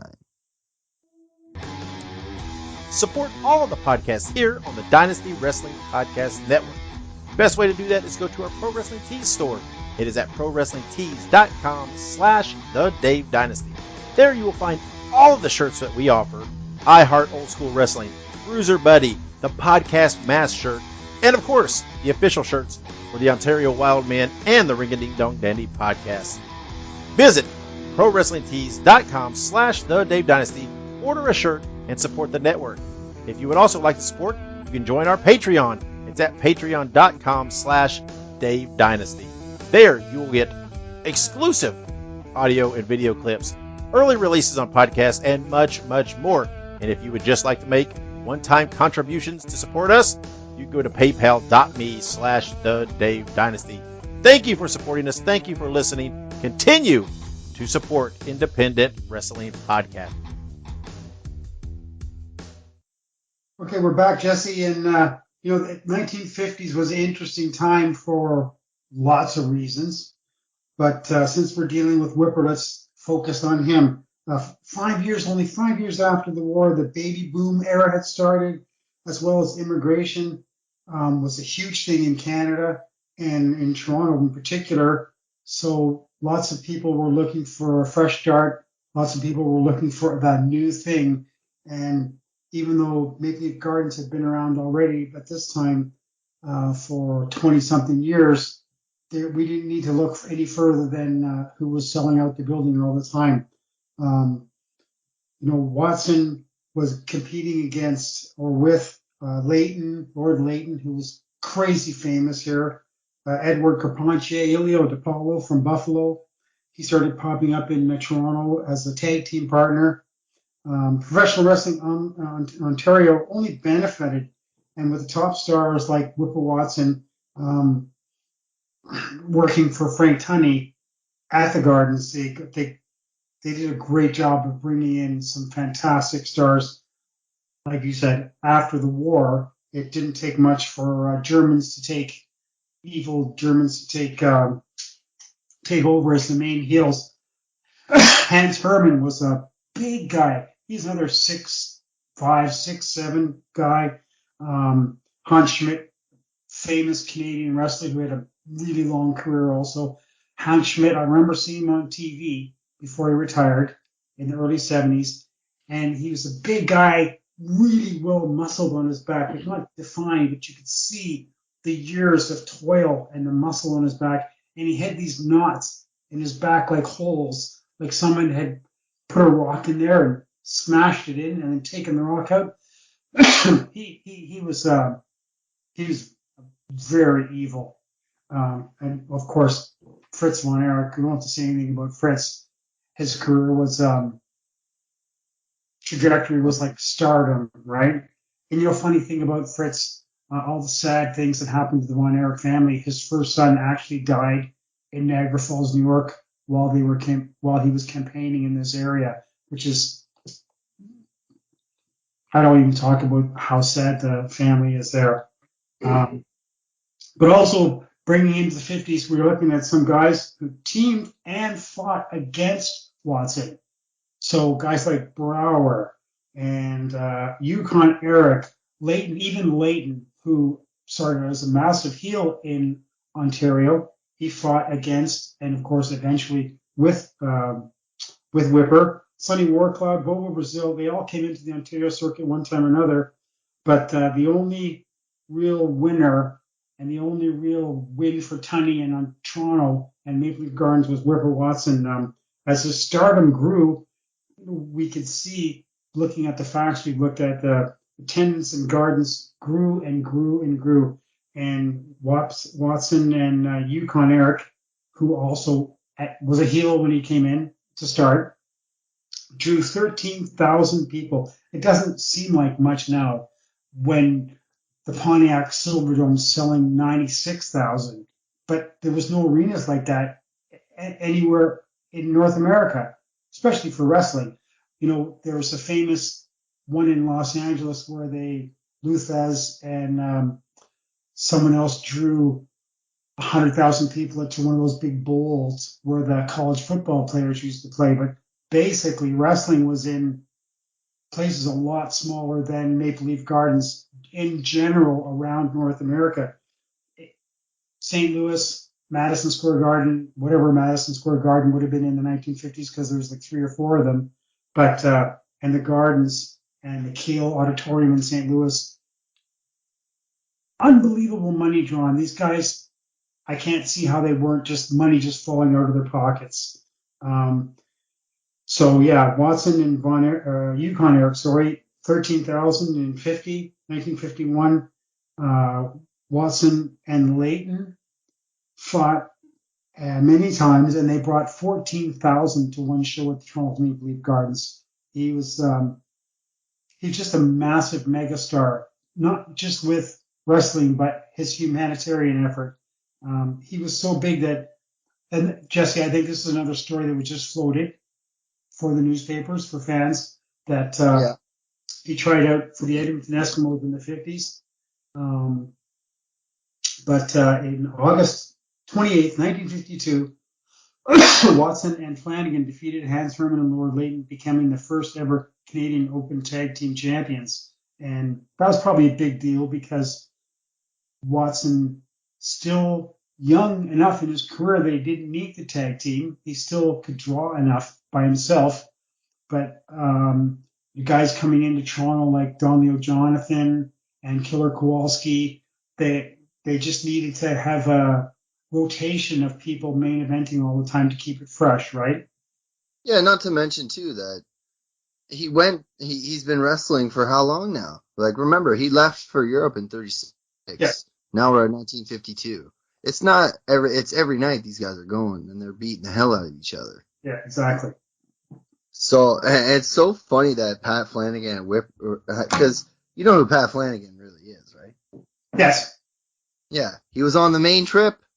Yep. He was on that boat trip. And basically their names got switched. Yeah, their Right. names got switched, right? So it's hilarious that they switched names and now here they are, come full circle, and Pat Flanagan and Whipper Watson become the first ever Canadian Open Tag Team Champions. They leave Toronto in 36, go to Europe, come back, and by 1952 they're in Tag Team Champions. That is talk about fate, man. Great. Like I said, great friends, great acquaintances, great sportsmen together, and everything I ever heard about Flanagan was that he was the greatest guy around too. Well liked, well received, great career, and for people my age, he was a very famous referee in Toronto Maple Leaf Gardens. Very famous. What, is that the referee you guys always make fun of? Your generation always makes fun of? The slowest count ever? Who's that guy? That's Fred Atkins. Oh. Hang on. No, not yet. No. So, the Canadian Open Tag Team Champion title was only from 1952 to 1961. We should just make that clear for everybody who wants to take notes. This is the title that Watson held 12 times in his career. And he held the title the most with Elio DiPaolo. And he held that title 4 times with Elio. Elio was a big star. And I know people who met him and said he was just a sweetheart of a guy. Owned a famous restaurant in Buffalo, New York. And I think he was killed, hit by a car or something. Something terrible accident. That's horrible. I know Paige Von Hess Sutherland. I'm pretty sure she knew him and knew his son. So when we have her on, we'll have to talk about her and her dad's relationship with the DePaulos out of Buffalo. Yeah, we'll get the son on too. I want to mention too, since we've read up to 1952. The NWA formed in 1949, right? Yeah. Yeah, the National Wrestling Alliance. The Alliance, yes. So, 1949, the NWA starts. You got major stars like Bill Longston still, Whipper Watson, tons of names. Do you think it was good for Whipper to go to tag team? Because, here's a little theory I want to throw at you. Because, we mentioned it here, he had a bunch of tag team partners. He wins the tag team gold with Pat Flanagan. Sorry. And it from 36 to 52 every night, maybe that's him saying, hey, let's ease up my schedule a little bit.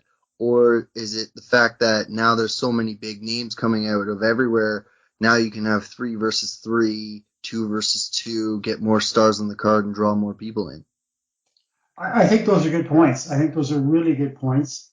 I won't say that I think it's the usual answer where the guys are starting to get older and they need support from either a young buck or another veteran. I don't really know. I know he's had a back problem at one time, a serious back problem, and I think that was I know it was in the 50s. I can't remember exactly what it was, but he had a serious back problem. You figure um, some nights tag team championship match, maybe Whipper started and quote got beaten up and had to spend the rest of the match maybe outside. And, if he was injured, he couldn't go a full tilt, right? And I think Yeah. maybe that might have been the case, why it seems like he went tag teaming for quite a while.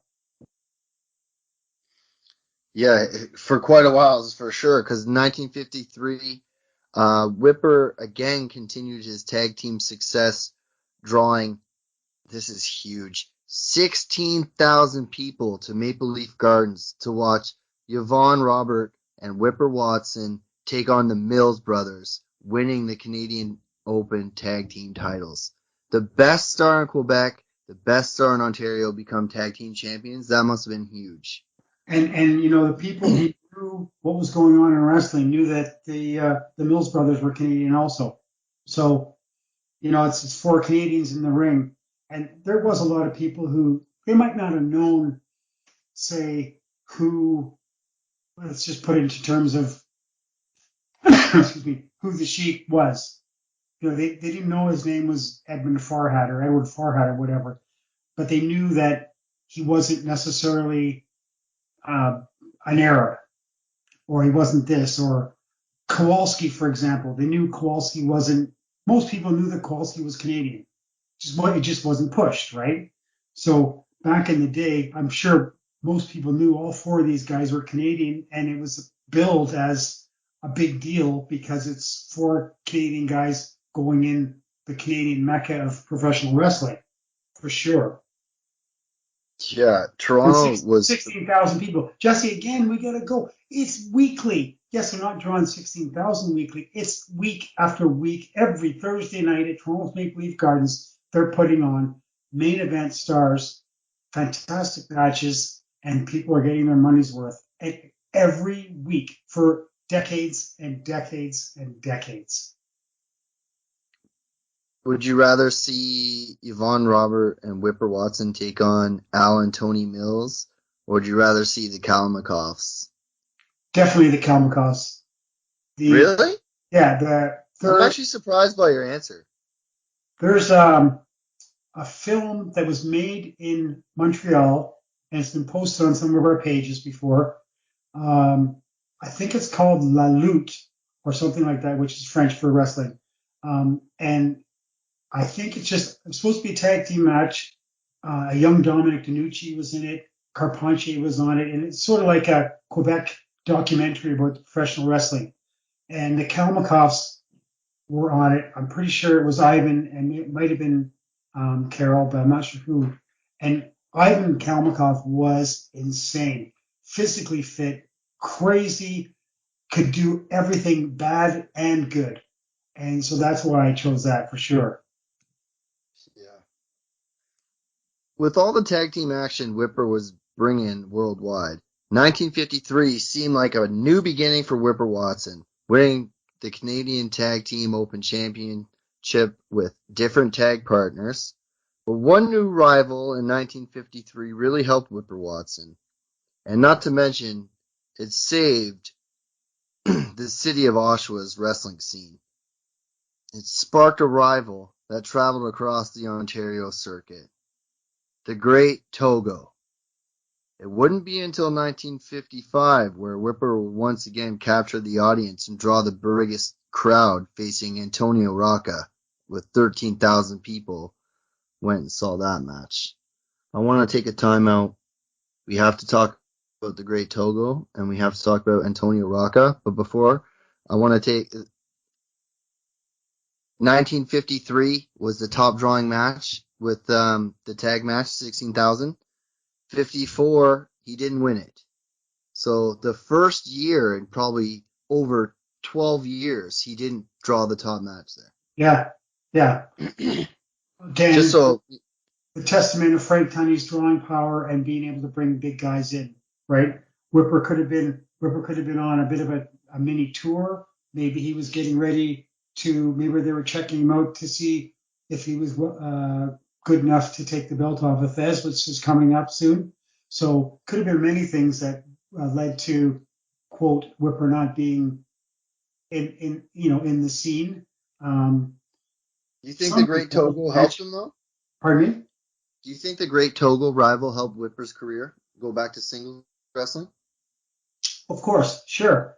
Togo was an American guy who used the Japanese gimmick, but what I know about some of the Japanese guys from that era was that it was a bit of a lure because of the fancy robes and the funny shoes that they wore and the salt and everything. But it was also still people were still anti-Japanese, unfortunately, because of World War II. These things were still fresh in people's mind, right? Yeah, people got to realize, like, we're talking about 1953, 1945 is when the war ended. We're not too far away. We're not, not even 10 years. That's right. And you talk about Togo, and Togo had many partners over the years in Toronto and Montreal because he was a big star in Quebec also.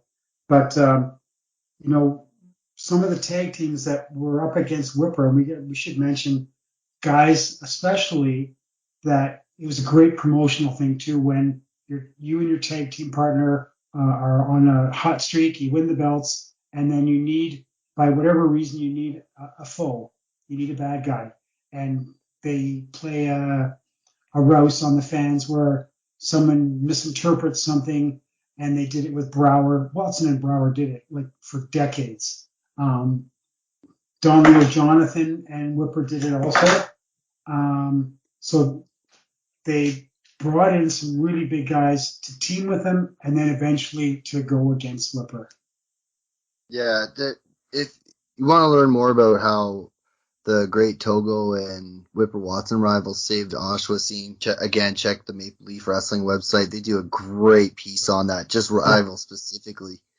And Antonio Rocca was another name who came around for Watson, right? So you got anything on Antonio Rocca? Like, I don't have much on him, to be honest. So many guys I follow. You know who I'm trying to follow. I follow a lot of the big guys.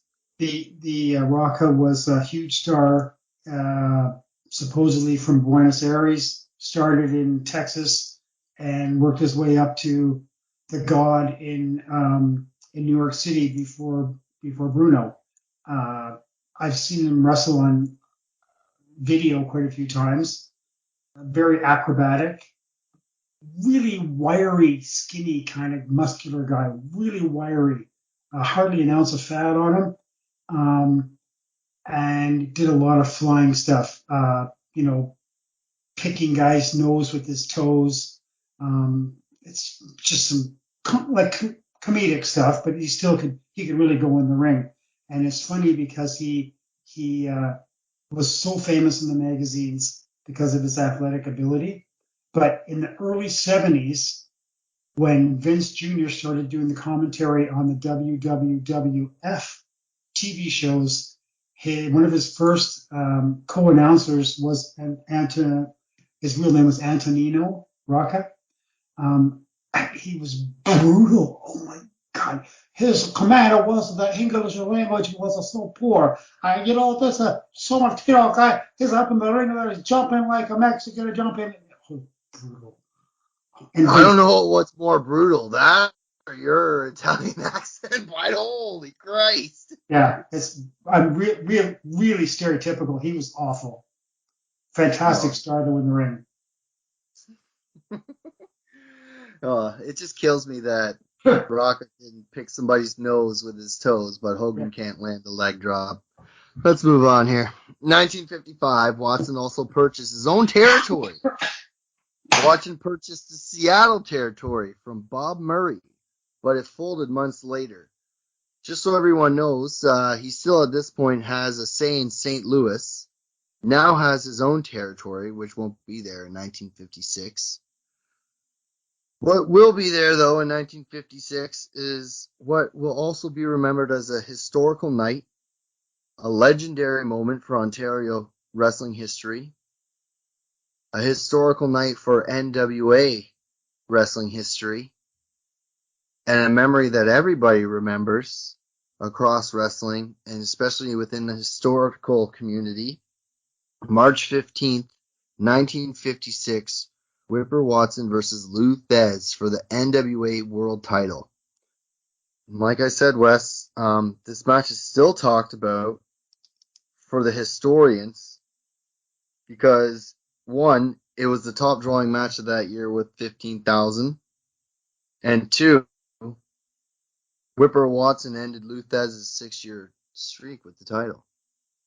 Yeah, and because of Watson's points and Tony's points in St. Louis, and I'm sure I read that Fez had to relinquish the belt for a while because he just couldn't take the pounding anymore. And it doesn't matter whether there was a backstory on something. So what? It doesn't matter. Watson still had the title. The guy did approximately 121 defenses during that time period when he beat Fez and by countout, and he also lost to him by countout, which is weird. We can't comprehend that now, being so that what we see on TV now is, no one can win a title by countout unless it's a stipulation match, right? So I don't know how these transpired, other than maybe to save face. That doesn't matter either because he still won the world's most prestigious wrestling title. No Yeah, doubt. first Canadian to ever hold it twice, Yeah, and he kept that title, man. Like you said, like because Thesz had to take a break, so Whipper faced big names, man, in the NWA. And I'm talking huge names in the 50s wrestling scene. Fritz Von Erich, like we mentioned, huge in the 50s. People maybe only, like for my era, may only know him as a promoter, but you have to go back and look at what he did in the 50s. yeah, Look at 1955, 10 years after World War II, the man's wearing a Nazi flag. yeah. You don't do that.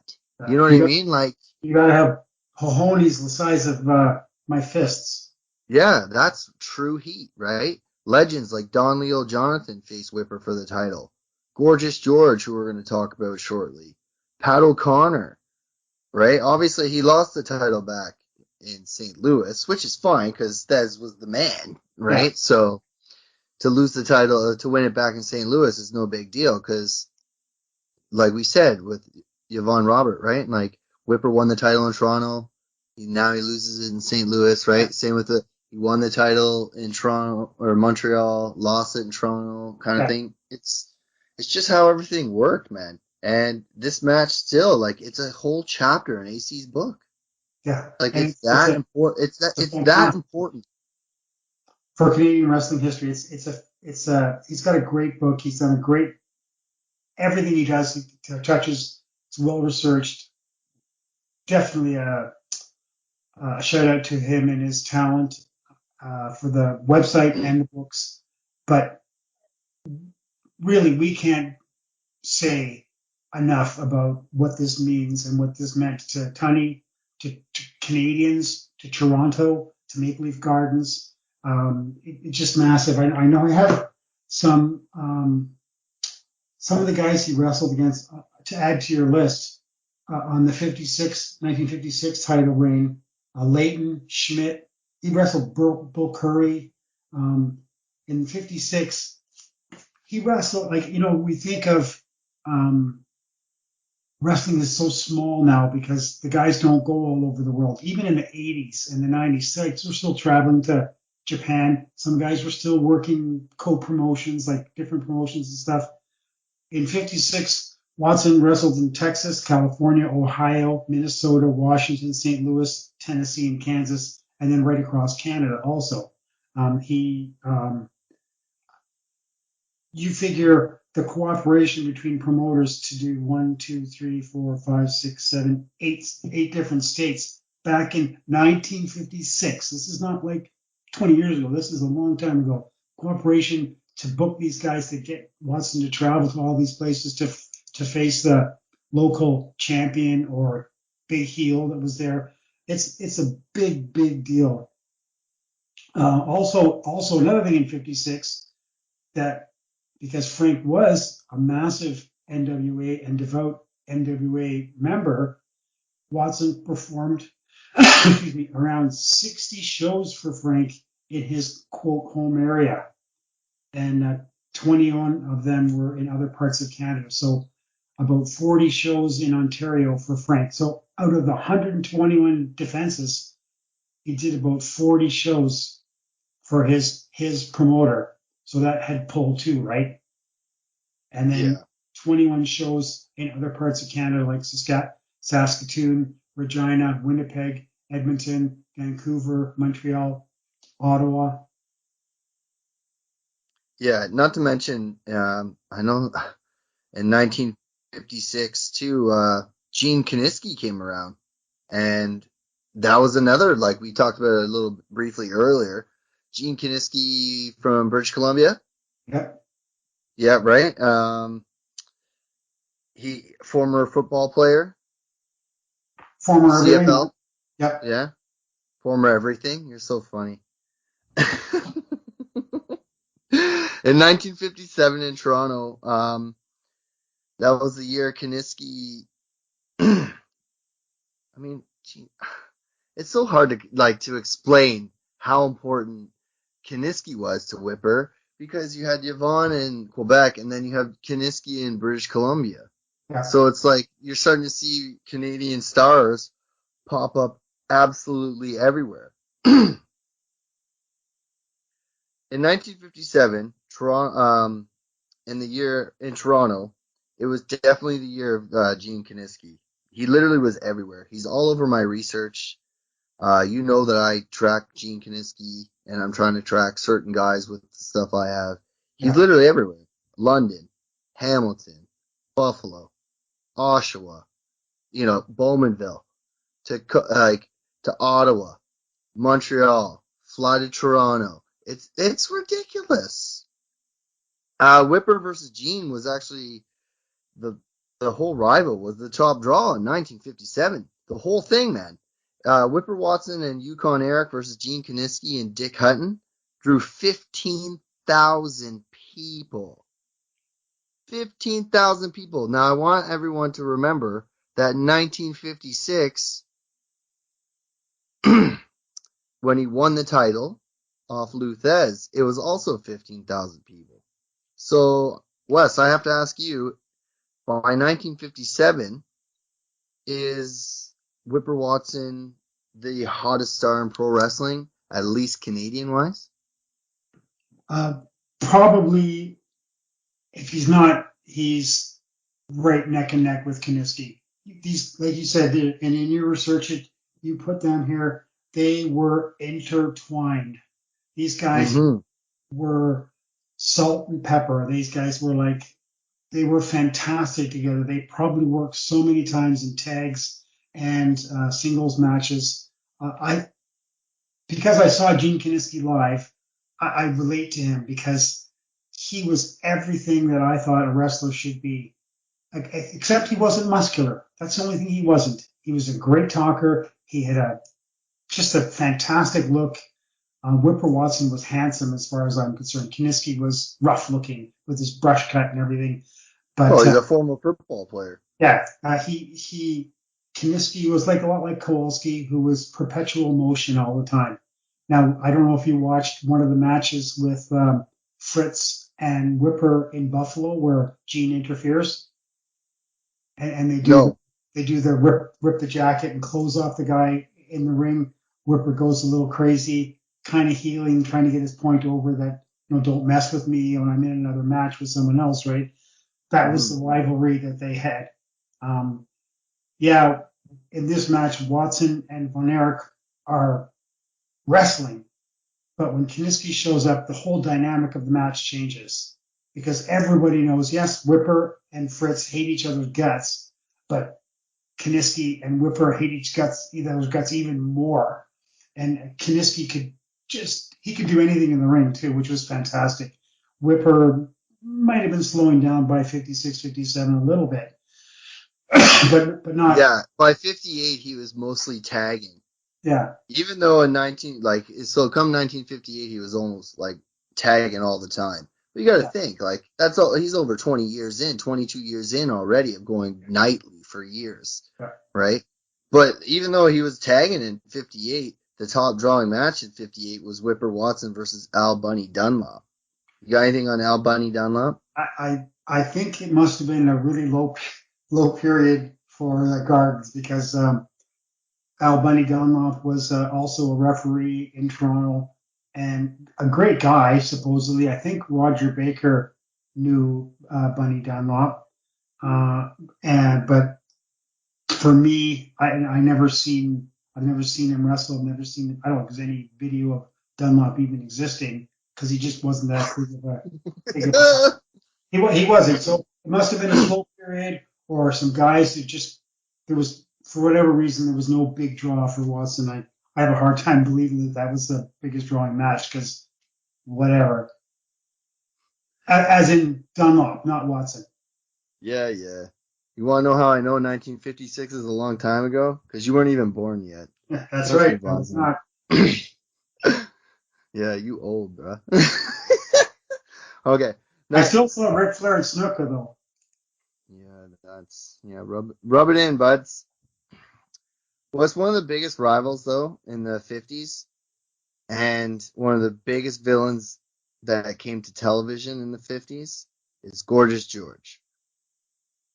George, being the heel, coming to Toronto, had lost twice in 1959 to Whipper Watson, and history once again was made with Whipper Watson on March 12th, 1959, and as reported on mapleleafwrestling.blogspot.com, it was the most famous non-title switch match. And it was crazy because the stipulations were made by Frank Tunney only 5 days prior to the match even happening. Hair versus career, 14,000 fans packed Maple Leaf Gardens to see this match. I don't know why he had to put a stipulation on that because George was a huge draw, and Watson and George, as far as I know, worked really, really well together. Um, Gorgeous George was like getting close to the end of his career. Um, he did the hair loss thing at least 3 or 4 places after he grew it back in. I think one of the ones in Toronto, it was his valet's hair versus Watson, and Watson, being the gentleman that he was, he wouldn't cut the girl's hair off, which is a stipulation, another way of getting around George keeping his hair. Uh, There's picture, actually clippings on our Facebook group. Sorry to cut you off because his hair was so gorgeous, George, right? There's clippings on our Facebook group, Ontario Wrestling Clippings of the Past, that AC shared with me of a bird cage over Gorgeous George's head to okay. protect the locks. Okay, Yeah. I'm sure that's a plausible way of doing it. I know there was a famous match in '63 in Los Angeles with the original Sensational Destroyer, who was a fantastic star, going against Gorgeous George, and they shaved his head. He looked like an idiot because he was completely out of shape by then. Can you see that? Oh yeah, yes, I remember seeing that. Yeah. Yeah. I just showed Wes the picture. Um, I thought George was great. He wasn't very big. He wasn't, anything spectacular that anyone would get too excited about. But he was a showman, man. It was so great. And there's lots of footage of him existing. He got massive heat, and he could wrestle too, also because he was a veteran, like a massive veteran, right? Watson against George would have been a great match to see too, because Yeah. it was just a natural thing for these two guys, so good, so bad to get together. Yeah, and I'm pretty sure Gene Kiniski interfered, and that's how Watson won. So there you go. Again, Gene Kiniski coming, that little bastard, for Yeah. Whipper Watson. But it's kind of cool to know, like, once again, an Ontario-born person made history. And and his career is far from done. Yeah. Even though the Gorgeous George match was the most famous non-title switch match, in June of 1959, Whipper's rival Gene Kiniski puts the British Empire title on the line. Once again, the Ontario legend finds himself fighting for the title he helped popularize. Together, these two draw the biggest crowd in 1959. 14,000 people crowded the Maple Leaf Gardens to see their hero win the title once again. He would lose it later within the year, only to find gold once again December 31st, 1959, winning the Canadian Open Tag Team titles with Elio DiPaolo, defeating Gene Kiniski and Don Leo Jonathan. What a tag team that would have been to see, Gene Kiniski and Don Leo. Those guys wrestled also everywhere in Ontario. They wrestled in London. They wrestled in Hamilton, Niagara Falls. These guys worked this territory off and on for years and years and years. I would give my right arm to see Watson and anybody go up against Don Leo Jonathan and Kiniski anywhere. Greatest, some of the three of the greatest wrestlers, and throw in anybody else you want. Even if you needed to throw in some guy just to take the fall. Crazy talent, massive, massive talent, huge careers, all three of them. Kiniski, one of my favorite wrestlers, just one of my favorites. Don Leo Jonathan, not far from there at all. Great talent. What a body and what a physicality he had to last so long and to be able to do some of the aerial moves that he could do as a 6 foot something, 300-pounder. Do you think with Whipper Watson and Elio DiPaolo, they held this title 4 times, like I said earlier, but do you think that Elio DiPaolo is one of the most overlooked Maple Leaf wrestling stars? I don't know why. I mean, he was here long enough. He was a star. Yeah, but it was a big time, right? A lot of big names in the Yeah, 50s, yeah. right? So It could and be. it only gets hard, and once we get into the 60s, like it only gets harder with bigger names coming that we're all going to talk about. That's right. Would you consider Whipper a top star of the 50s like you did the 40s? I'd say so for sure. Like in Ontario, yeah, definitely. For babyface, What about worldwide? 100% in Ontario for sure because it is as NWA title again in the 50s. Probably Yeah. North American wide for sure. Yeah, he's not going to touch Luthez, like no doubt about it. But some of these other guys we've mentioned tonight who were big stars, they never held the NWA belt in the 50s. No. So some of them didn't even hold the belt. no, so what does it say? The only other guy who could touch this list of guys we've mentioned is Kiniski, and he had held the NWA belt for 3 years. So based on that, maybe he was a bigger star, but not in Ontario, not like the Whipper, not anywhere near it. Do you think Gene Kiniski and Whipper was the biggest rival of the 50s for Whipper? Like, what do you think Whipper Watson's top rival of the 50s was? Because we talked about the 40s, so Yeah. let's say, what do you think the 50s is? I'd say it was Kiniski. It's got to be, right? Even I have clippings of their British Empire title matches. Yeah. One fact I don't have is in this 1956 title reign. I should have looked this up. I should have done this. How many times he wrestled against Kiniski when he held the belt? I should have looked that up. We'll look it up and we'll bring it up next time. Yeah. Because we're going to go back to back, right? Yeah. So, let's do the same question like I did for you in the 40s. If you had to go back in the 1950s, which match are you watching? So I should really say, which Kiniski Whipper match are you watching? Exactly. And again, because of the cities, it would have been great to fly out to Vancouver and watch them wrestle there, and then watch them come back a week later and wrestle in Toronto, and then maybe throw in Regina, or Winnipeg also. Just so like it's like a neutral territory for both of them. Manitoba. No, I'm just joking. Just because you moved there. Oh, well, it's cool too that we ended it there at December 31st, 1959, because that wraps up part one of our episode here, bud.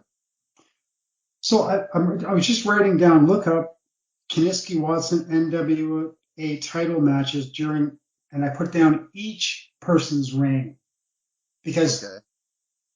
Watson may, and this will be for our next episode, Watson may have been a rival of Kiniski when Kiniski held the belt from 66 to 69. So there you go. There you go. So they might have not just been rivals in 56, but they could have been rivals in 66 also. Yeah, and we're gonna talk about the 60s all the way up to Whipper Watson's tragic death. And, well, tragic, I guess time runs out for everybody, but Yes. I can't wait to talk about that. We're going right back to back, guys. Like, if you're listening to this episode, October 3rd, well, okay, sure, yeah, we released our episode 81 years to his first ever match. Well, we're going to do it again. We're going to go back 80 years to his second match. We're coming right back to back. First time ever for us to ever do that. Yeah, that's cool. That is really cool. I'm glad you did that research. If you want to send in questions about Whipper Watson, share stories about Whipper Watson. Speaking of stories, Yes. I forgot about that. We actually have a fan submission of a story about Whipper Watson, which is really kind of cool for sharing with this. So it says here, he sends me this story here. He doesn't want to be named. He only wants his father-in-law to be named. So my father-in-law returned home from World War II and became an OPP officer. Do you want to explain what that is? Ontario Provincial Police. You suck. It's Ontario party poopers. He was stationed in more northern Ontario, small towns. So northern Ontario, small towns. Could have been up like going from Sudbury to Sault Ste. Marie, or could have been anywhere, right? Yeah. He'd be the only OPP officer for the entire region. So you know you're going back. He was called to a local hotel bar for a disturbance. He goes there, and there's a group of drunks causing trouble. My father-in-law was a big guy, but he was alone, and they were many. He grabs the ringleader and handcuffs one wrist. As he tried to handcuff the other wrist, the guy kept turning away from him, so they both kept turning like a dance. My father-in-law started to get concerned that this was going to get rough. Then he hears a voice. Need a hand, officer? He looks and sees Whipper Watson standing there, and the drunks melted. They cooperated without a fight. My father-in-law met Whipper one more time years later. He told Whipper the story and thanked him. Whipper did say that he remembered. So that came from a fan of the show. Well, he's seen that we're going to do it, and he sent that story in, and that was for Ted. The OPP officer's name was Ted, and I got told to refer to him as Ted, and I want to thank the person who sent that in. So to take your time in to send a personal Whipper story, but that just shows the dominance he had on Ontario. So important, and we're going to get into this in the next episode, some of his humanitarian efforts, which in some ways completely make his wrestling career minute. So I posted a picture the other day about Paul Henderson's goal from the 1972 Soviet NHL career. For people my age group, it was a big deal. We beat the Russians. Paul Henderson was a Toronto Maple Leafs player at the time. Huge. It was the biggest thing that ever happened in my grade 8 world. Having said that, and how important it was as a grade 8, even though I was in grade 8, Whipper was in my life. He was always in my life. He wasn't. I didn't see him wrestle. I only saw him once in life. Like he was at Gardens once, I think. Just the embodiment of good, 100%. And we'll get into that next episode for sure. But we're never going to be able to do justice. We could do 10 episodes, Jesse. We'll never do justice on the guy ever. We will try our best. We will. And hey, if you got a Whipper Watson story, send it in to us at Wildmen Podcast on Twitter, our Facebook groups, Ontario Wrestling Clippings of the Past, the Wildman Tribute page. Our email is Wes and Jess Wildman1 at hotmail.com. Am I close? Wes, Jess, well, yes, that's right. So there you go. See? I remember things. Just like I remember that our t-shirt is available on PROWRESTLINGTEES.com. Just look up in the search bar Ontario Wildmen. I think it's around $30 to get it shipped to Canada. They're so cool. Yeah, I love it. Where's mine? You still have to buy me mine. Spread the word about us, man. Tell your friends. We're trying to grow this podcast, keep the history alive. We want to hear wrestling stories, wrestling questions. We'll talk it all. You want a subject? Send in the subject. Whipper Watson was a subject sent in when we asked what people want to talk about. Whipper Watson was a highly requested subject. Exactly. Yep. And like I said, next week, first time ever, Ontario Wildmen coming back to back with Whipper Watson Part 2, 1960 to death. We're open. We have our plans for our shows, but we're open for suggestions and anything that's seemingly interesting or you need to talk about or need to ask. We're up to the task of researching stuff, finding out information, whether we plan a segment on it or a whole show or the next whole year of shows, which we could do on some of these guys we're planning on. We're open to suggestions, and I'm looking forward to next week so much. Until then, guys, I'm Jess. And I'm Wes. And we are the Ontario Wildmen. Wildmen. Yeah, you f***ed it up. See you next week, folks. Thanks, guys.